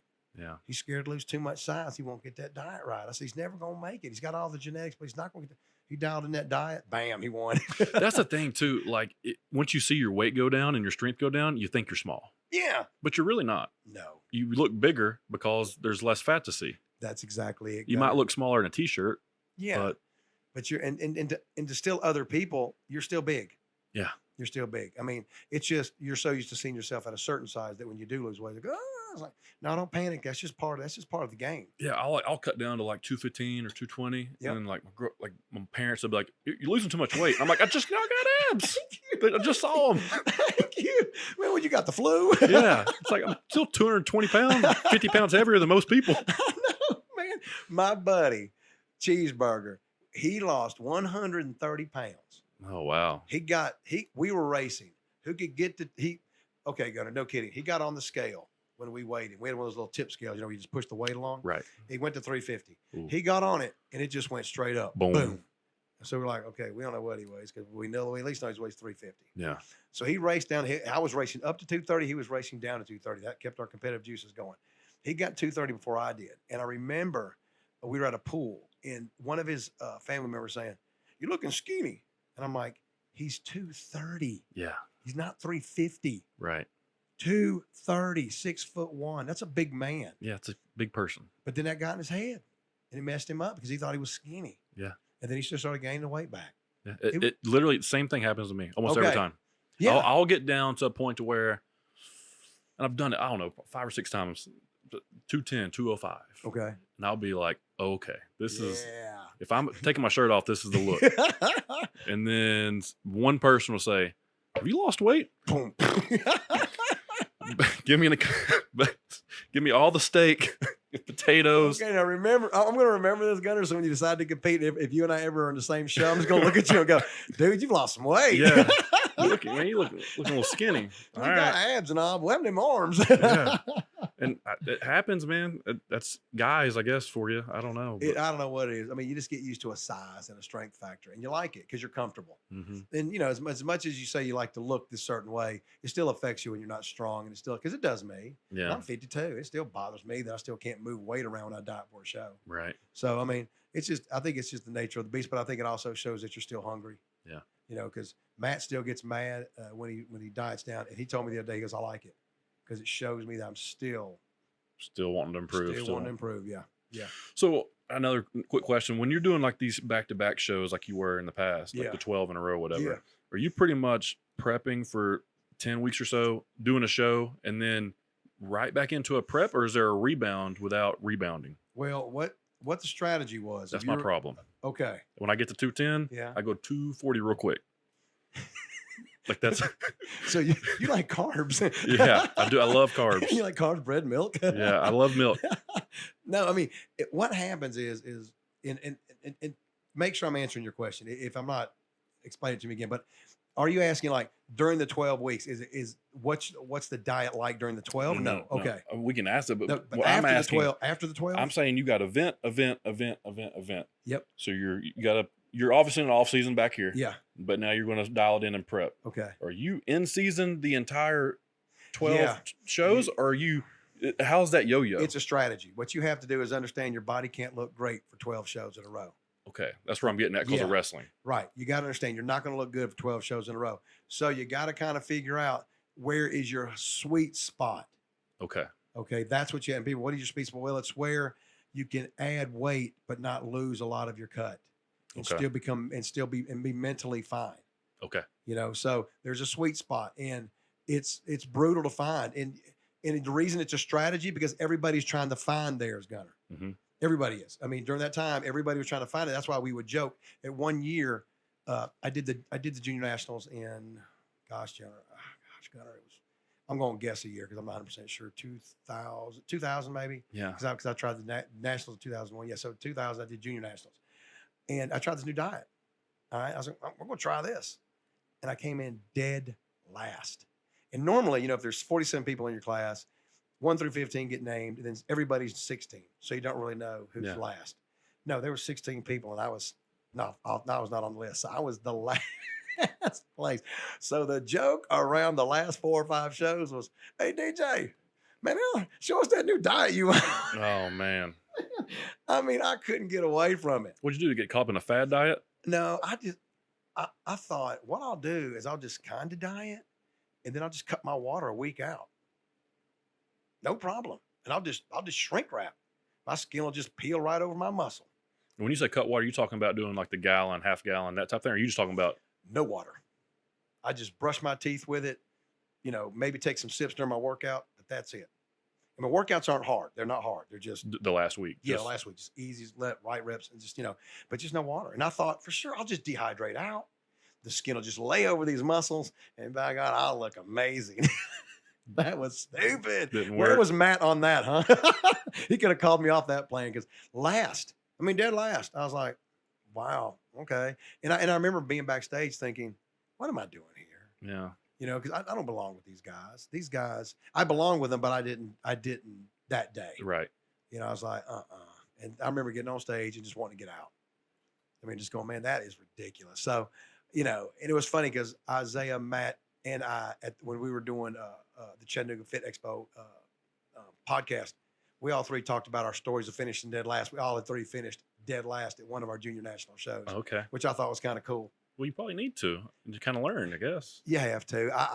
I think it sorts out the winners from the losers. Mm-hmm. Because I mean, there are some guys that are just naturally gifted. Dallas McCarver was one of them. He loved it. So but most of the time, the guys that get in there quick don't last. Right. They just don't last because it was too easy, too quick. I had a really good friend, Chad, amazing genetics. And I mean, this cat, Gunner, he was pro quality. He'd look at a squat rack and his legs would just grow. I mean, he had the perfect, he went up to the state. I trained him for 3 months. We went to the state and won the overall amateur, the novice. So I said, next year we're going to just win the whole thing, Chad. I'll see. We should have done it this year. You probably could have come in first runner up. I said, dude, this is crazy. And so but then after that, he just quit because it was just too easy. Mm. And the diet was too hard because since it was too easy in the gym for him, the diet was just too much for him. Yeah. And so he just couldn't get it dialed in again. It was sad because this guy had the most unbelievable genetics, but you know, and no telling what would have happened if he would have finished last place. I don't know if he would have really got his rear end in gear and got serious, but that's what it did for Matt, Isaiah, and myself. Sometimes a good loss wake you right up. Oh, I'm with you on that. Yeah. For sure. Yeah. A good butt whipping loss. Not just, I lost by 3 points. No, you need a 47-3 loss. Yeah, in front of everybody to embarrass you. Yes, you do. Where you just want to crawl and get away. The best motivation is embarrassment, I think. It is, man. When you're competitive. Yeah. And it's like, did you do all the little steps along the way? Yeah. Because they are the reason you did or you didn't win. Right. Everybody wants to say, it's, I did this and it wasn't. No, it's not one big thing. Mm-hmm. It's all the little things that you didn't do accumulated up to the time to show. Right. And that's what caused you to either get second or third. That's why you didn't win. Yeah. It wasn't some big thing. It wasn't a judge. It wasn't anything like that. Right. Yeah. All right. What else we got? Anything else, Ethan? No. We got some fights this weekend. You keep up with some of the UFC and some of the boxing, don't you? Dude, I am one of these people that I absolutely love to watch UFC. And I don't know all the fighters, but I love to watch it. Yeah. I have my favorites. And like my boy Jorge Masvidal. Love game bread. And he just got hit with the perfect punch. It's all it was. Yeah. Everybody goes, oh man, he's not any good. I'm like, no, it happens. Mm-hmm. If you watch it, it's the perfect punch. Yeah. It spun his head around. Yeah. I mean, I'm like, and I look at these people that don't really know fighting, and I'm like, you're an idiot. Because any other place on his head, it wouldn't have done that. Right. But he just got hit right where and it was, Usman, you got to give it to him. He's bad. He cleared his blocking hand and came right through with that right cross or right stiff arm. Dude, that sweat went everywhere. It looked like the Rocky movie. Yes. But in 2021. Yes. Woof. And then his legs just by. Yep. And well, there's nothing you can do about that. And the best thing about it, he gets up and he goes, listen, I don't like that guy, but you got to respect him.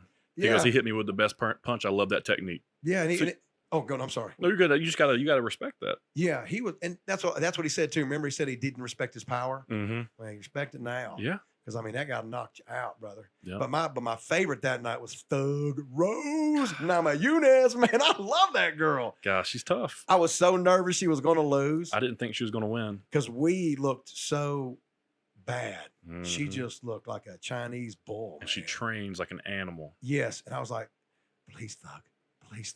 And when she got it, I was like, oh my! Hit her with the perfect kick. And I guess I just don't know it, but Thug's that good. Yeah. She proved me wild there, and you need to pay more attention to her. She's that good. She just took we out in the first round. Yeah, she's legit. Yeah, she's legit. She's not just real pretty. She's legit. Yeah, she's legit. And that fight she lost, she learned from it. Mm-hmm. If you notice, she doesn't allow anyone to pick her up and slam her down the mat no more. Nope. She's like, nah, we're gonna keep this on the ground, or I'm gonna wiggle my way somehow away from you. Right. Or if she would have just let go, she wouldn't have got dropped on her head. So if she gets picked up now, just let go. Let them do whatever you want to, but don't get dropped on your head. Yeah, don't get dropped on your head. And then I love Jorge. And I don't know about you. What does McGregor do for you? Do you like him? So I do like Conor. I like Conor because he kind of got me back into the UFC. Okay. I guess when I was coming through college and high school, and being a pro wrestler, I like that he talks trash and builds the fights up in an entertaining way. But I think he's past his prime. Okay. He's just, I think he's fighting for his legacy and he's just ruining it. Okay. Some guys play past beyond what they should. A lot of them do. Yeah. And, you know, he has all this money. He doesn't need to fight. No. He's fighting for the fans and they want him to fight, but he might beat Dustin. If he beats Dustin, he's going to be fighting for the championship. There's no doubt. I mean, and he's got that puncher's chance. Yeah. Because he can throw some. And punches. he's got the skills. He's as good as anybody. Yeah. I just don't know if he can get it done. Yeah. I wonder him. I like Conor, and I like Colby Covington. I love Colby Covington. I love me. Did you know he'll be here in Chattanooga? So why is he in town? Okay. His sister, Candace Covington, is doing the Dances with the Stars with the owner of the gym I work at, Tobe Taylor. Okay, Toby's from UTC. Right? Yeah. Toby's a baller. He's got a gym right by my house. Yeah, that's where. Is that where you're training out of? That's okay. where I train. Okay. Yeah. He can straight up ball, and I mean, he's doing the dance with Candace Covington, Colby Covington's sister. Kobe's coming for the Dances with the Stars to watch his sister dance, and you better believe I'm going to be there, brother, with my red hat and my sport coat. There you go. And me doing that thing that's my belt, because I mean, I absolutely love Kobe Covington right now. His character when Trump was in office was perfect. Was he not perfect? Yeah. He got a call from Donald Trump in the press room. I mean, I'm like, yeah. That's cool. That's awesome. That's really cool. Yeah. So he'll be in Chattanooga. I need to figure out a way to meet him. You got to figure out a way to get him in, because he gave a verbal commitment that he would watch his daughter or sister dance at the Dancer with Stars. That's who Candace Covington, who she used to be a dancer with the Sacramento Kings and a couple other pro teams. Yeah. I saw a video of her and Tobe practicing. If I understand, they're the only two practicing right now. Oh. And I mean, you watch them too, it's like, wow, they're going to be fun to watch. Right. They're going to be fun. That's cool. So yeah, it's super cool. Yeah. That's really cool, man. All right, so you got the Mr. Chattanooga's this weekend. Yep. And then your event's coming up September 1st, so you'll be deep into prep for the next 3 months doing that. Yes. And you're in the battle months, so you're trying to get after it. Yeah, this is it. I mean, this is me. This is where you have to stay focused, because the show is far enough away where you can say, it's far enough away, but it's close enough to where if you screw up, you're going to have to make up some ground somewhere along the way. Yeah. You know, and so you just have to make sure, like I said, it's a discipline. When you decide to do a show, it's a 1-year discipline. Mm-hmm. I mean, I remember, and I remember this. I got my injury. They put me in the ambulance. I texted Matt and showed him a picture, because I told Matt back when I was in Costa Rica that I was going to do. He said, Darin, you got to do the North Americans. You got to give it one chance. You got to give it one more chance. And I was like, I'm over it. It's blah, blah, blah. Matt talked me into basically coming back and training for that show. So I started training for it in Costa Rica, got here and hurt myself in October in the ambulance. Take a picture of my legs, which freaks Matt out. But then I sent him a text. Don't count me out. Because I was like, I think I can still do this. And then when Ballard was telling me, and I was thinking, it was just like, yeah, I mean, don't count me out, Matt, because I think something in me just said I'll be able to compete. And I was like, and so Matt laughed, and he still talks about it. He goes, I don't know how quickly after the injury Darin texted me, but he did text me, don't count me out. So I'm like, yeah, because this is important, and I've been training for it, and it's a year of discipline. Yeah. Yeah. I mean, it's kind of like Arnold when you watch that show. When you watch what was that, Iron? Pumping Iron. Pumping Iron. Sorry, I should know the name of that. Yeah, come on, man. No, don't put me on don't put me on your Jeopardy team. But it was just watching that and listening to Arnold say, they could call me from Czechoslovakia or wherever he's from and say my father passed away. You need to come home for the funeral. I'd be like, no, I'm prepping for the Olympia. He was just that dedicated. Yeah. And that's kind of when I saw that, I said, okay, that's what you got to be. So that's when I was like, yeah, man, don't count me out yet. I mean, let's see if we can get this thing together. All right. Yeah. Well, I don't think anybody's counting you out. I hope not. You look great, man. I appreciate that, Gunner. Thanks, man. I'm trying. You look great. What are you weighing right now? I weighed this morning 208, and I'm trying. The goal is 212 to 215, and then just sit there and just chisel that to the bone. Matt and I thought about doing 205, 208, keep chiseling that one, but I'm at 208 now. And I'm looking at it going, if I could put 2 more pounds, I'll stay here at 208 and I'll work this to the bone. But if I can somehow between now and next month get 2 more pounds on it and then just work that 210 and maybe 212, but work that 210 and just work it. Just make it hard as freaking granite. And then all I got to do is diet off 10 pounds. Yeah. You know, instead of going through the whole process of dieting. Yeah. I don't want to do that. Right. I'd rather work harder in the gym and get it hard as a rock than just diet it off. Just take whatever is left, Matt, and just shave it off and then bring that to the stage. Because, yeah, I get muscled out and I get tired of getting muscled out. Right. Now, I look great. Matt always says that you're the most conditioned athlete in the show, but that's not winning me shows anymore. Yeah. They look like we talked about earlier. It's about size. Everybody's getting big. So you got to get in there with them. And my stubbornness, like we talked about off camera, how stubborn you and I both are. Mm-hmm. I finally realized, Darin, this is how it's going to be. You're going to have to do it this way. Yeah. You know, and so that was the plan. Yeah, I'm going to have to just bite the bullet here soon or eventually, maybe in about a year or so, and just say, listen, I'm going to give you a year. What you got for me? 1 year, just 1 year, Gunner. I mean, it's just, and I tell people, I go, just because what it will teach, you'll learn so much about yourself the first time you do it. I mean, you really will. I mean, after about the 10th time you've done it, it's like, man, it's just dieting, blah, blah, blah. But you'll go through so many different emotions. You'll go through so many different physical changes that alone takes you on an emotional ride that you need to. I tell you it's good for the brain because you need to understand that, you know, you have to get uncomfortable to grow in anything. Right. You know, if you stay in your comfort zone, it ain't gonna work, Dad. I mean, that's great. That's great. You want to stay in your comfort zone, whatever. But you've got to get out of it. And to get into bodybuilding, to be good at it, you got to get uncomfortable. Hey, why am I feeling this way? Well, your calorie deficit's here. Yeah. You know, or your potassium's low, or your vitamin D. I mean, you know, you start working with it. And then you go through what we call hangry. I mean, and people, I've been through that. No, you have not been through hangry. I mean, trust me, I know hangry, and you ain't been through it, brother. Hangry is, hey, Darin, how's it going? What do you want? What was that tone? What? I mean, you are literally on edge. Right. And so it's like, that's hangry. And people around you have to understand, you just dieting, you know? And so you go through that, and then you go through the elation of on stage posing, people appreciating your hard work. And all of a sudden you feel like $1 million. I mean, you don't feel any better than that. And then you're like, yeah. Then you're thinking, man, I can't wait to do it again. Right. You know, really? A week ago, you were talking about killing your mother. Yeah. You know? Yeah. So, yeah. Yeah. I can see where that's a thing. Yeah. I keep forgetting questions. Another thing, water intake. Are you drinking a lot of water? All the time. That's probably another thing I suck at. You need, I mean, a lot of people say a gallon. A gallon is what I suggest everybody, a gallon of water a day. But if you can put more in. Your muscle is 72% water. And people just don't seem to understand. That's like it's 72% water. So you have to hydrate it, okay? And it takes more than just a glass of water. And the people, well, then how much, Darin? A gallon of water, or just drink as much water until your pee is completely clear. And that doesn't mean any kind of yellow tint or any kind of greenish tint. It's completely clear. When you pee, you don't have to flush because it's clear. Right. You're hydrated. But you have to do that every single day. Yeah. Because you go to hard. sleep. Oh, man, alive, it's hard. That's the hardest thing, I think. Discipline. It falls back on discipline. You don't want to drink your gallon because you're sick of drinking water? Get over it. Yeah. I mean, I had a guy text me the other day. He said, hey, Darin, I'm hungry. Yeah. So am I. I mean, what do you want me to tell you? I mean, I told you this was part of it. But there's not a pill. There's not a shot. There's nothing to curve this. No.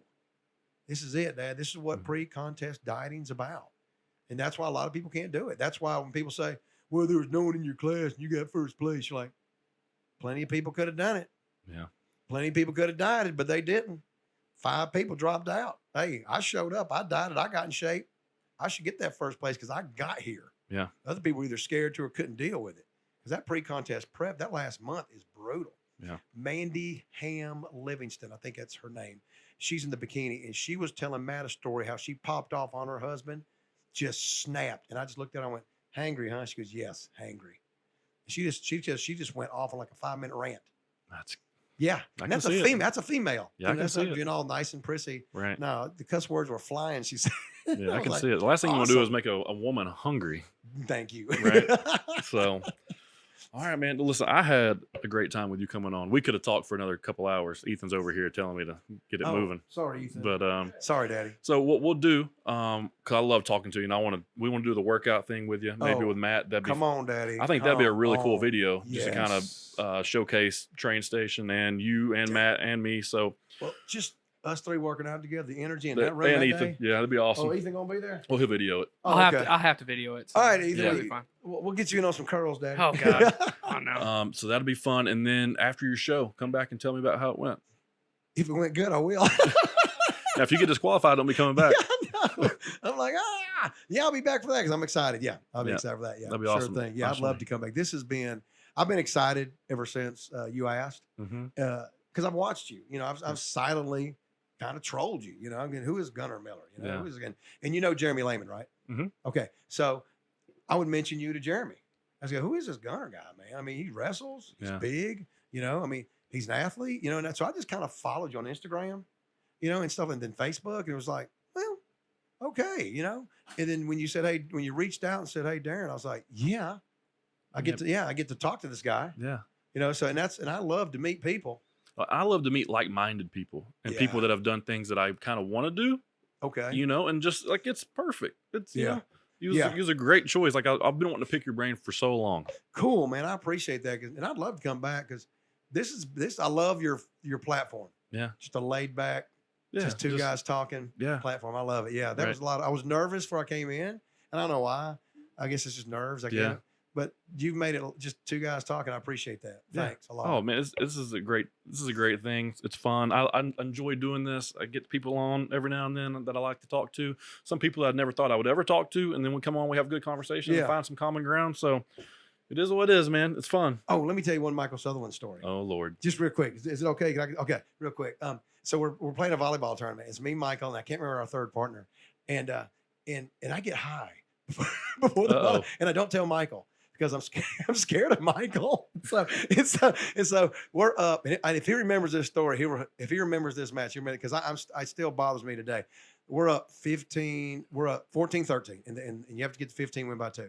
And so we serve it. Michael serves it. I'm at the net to block.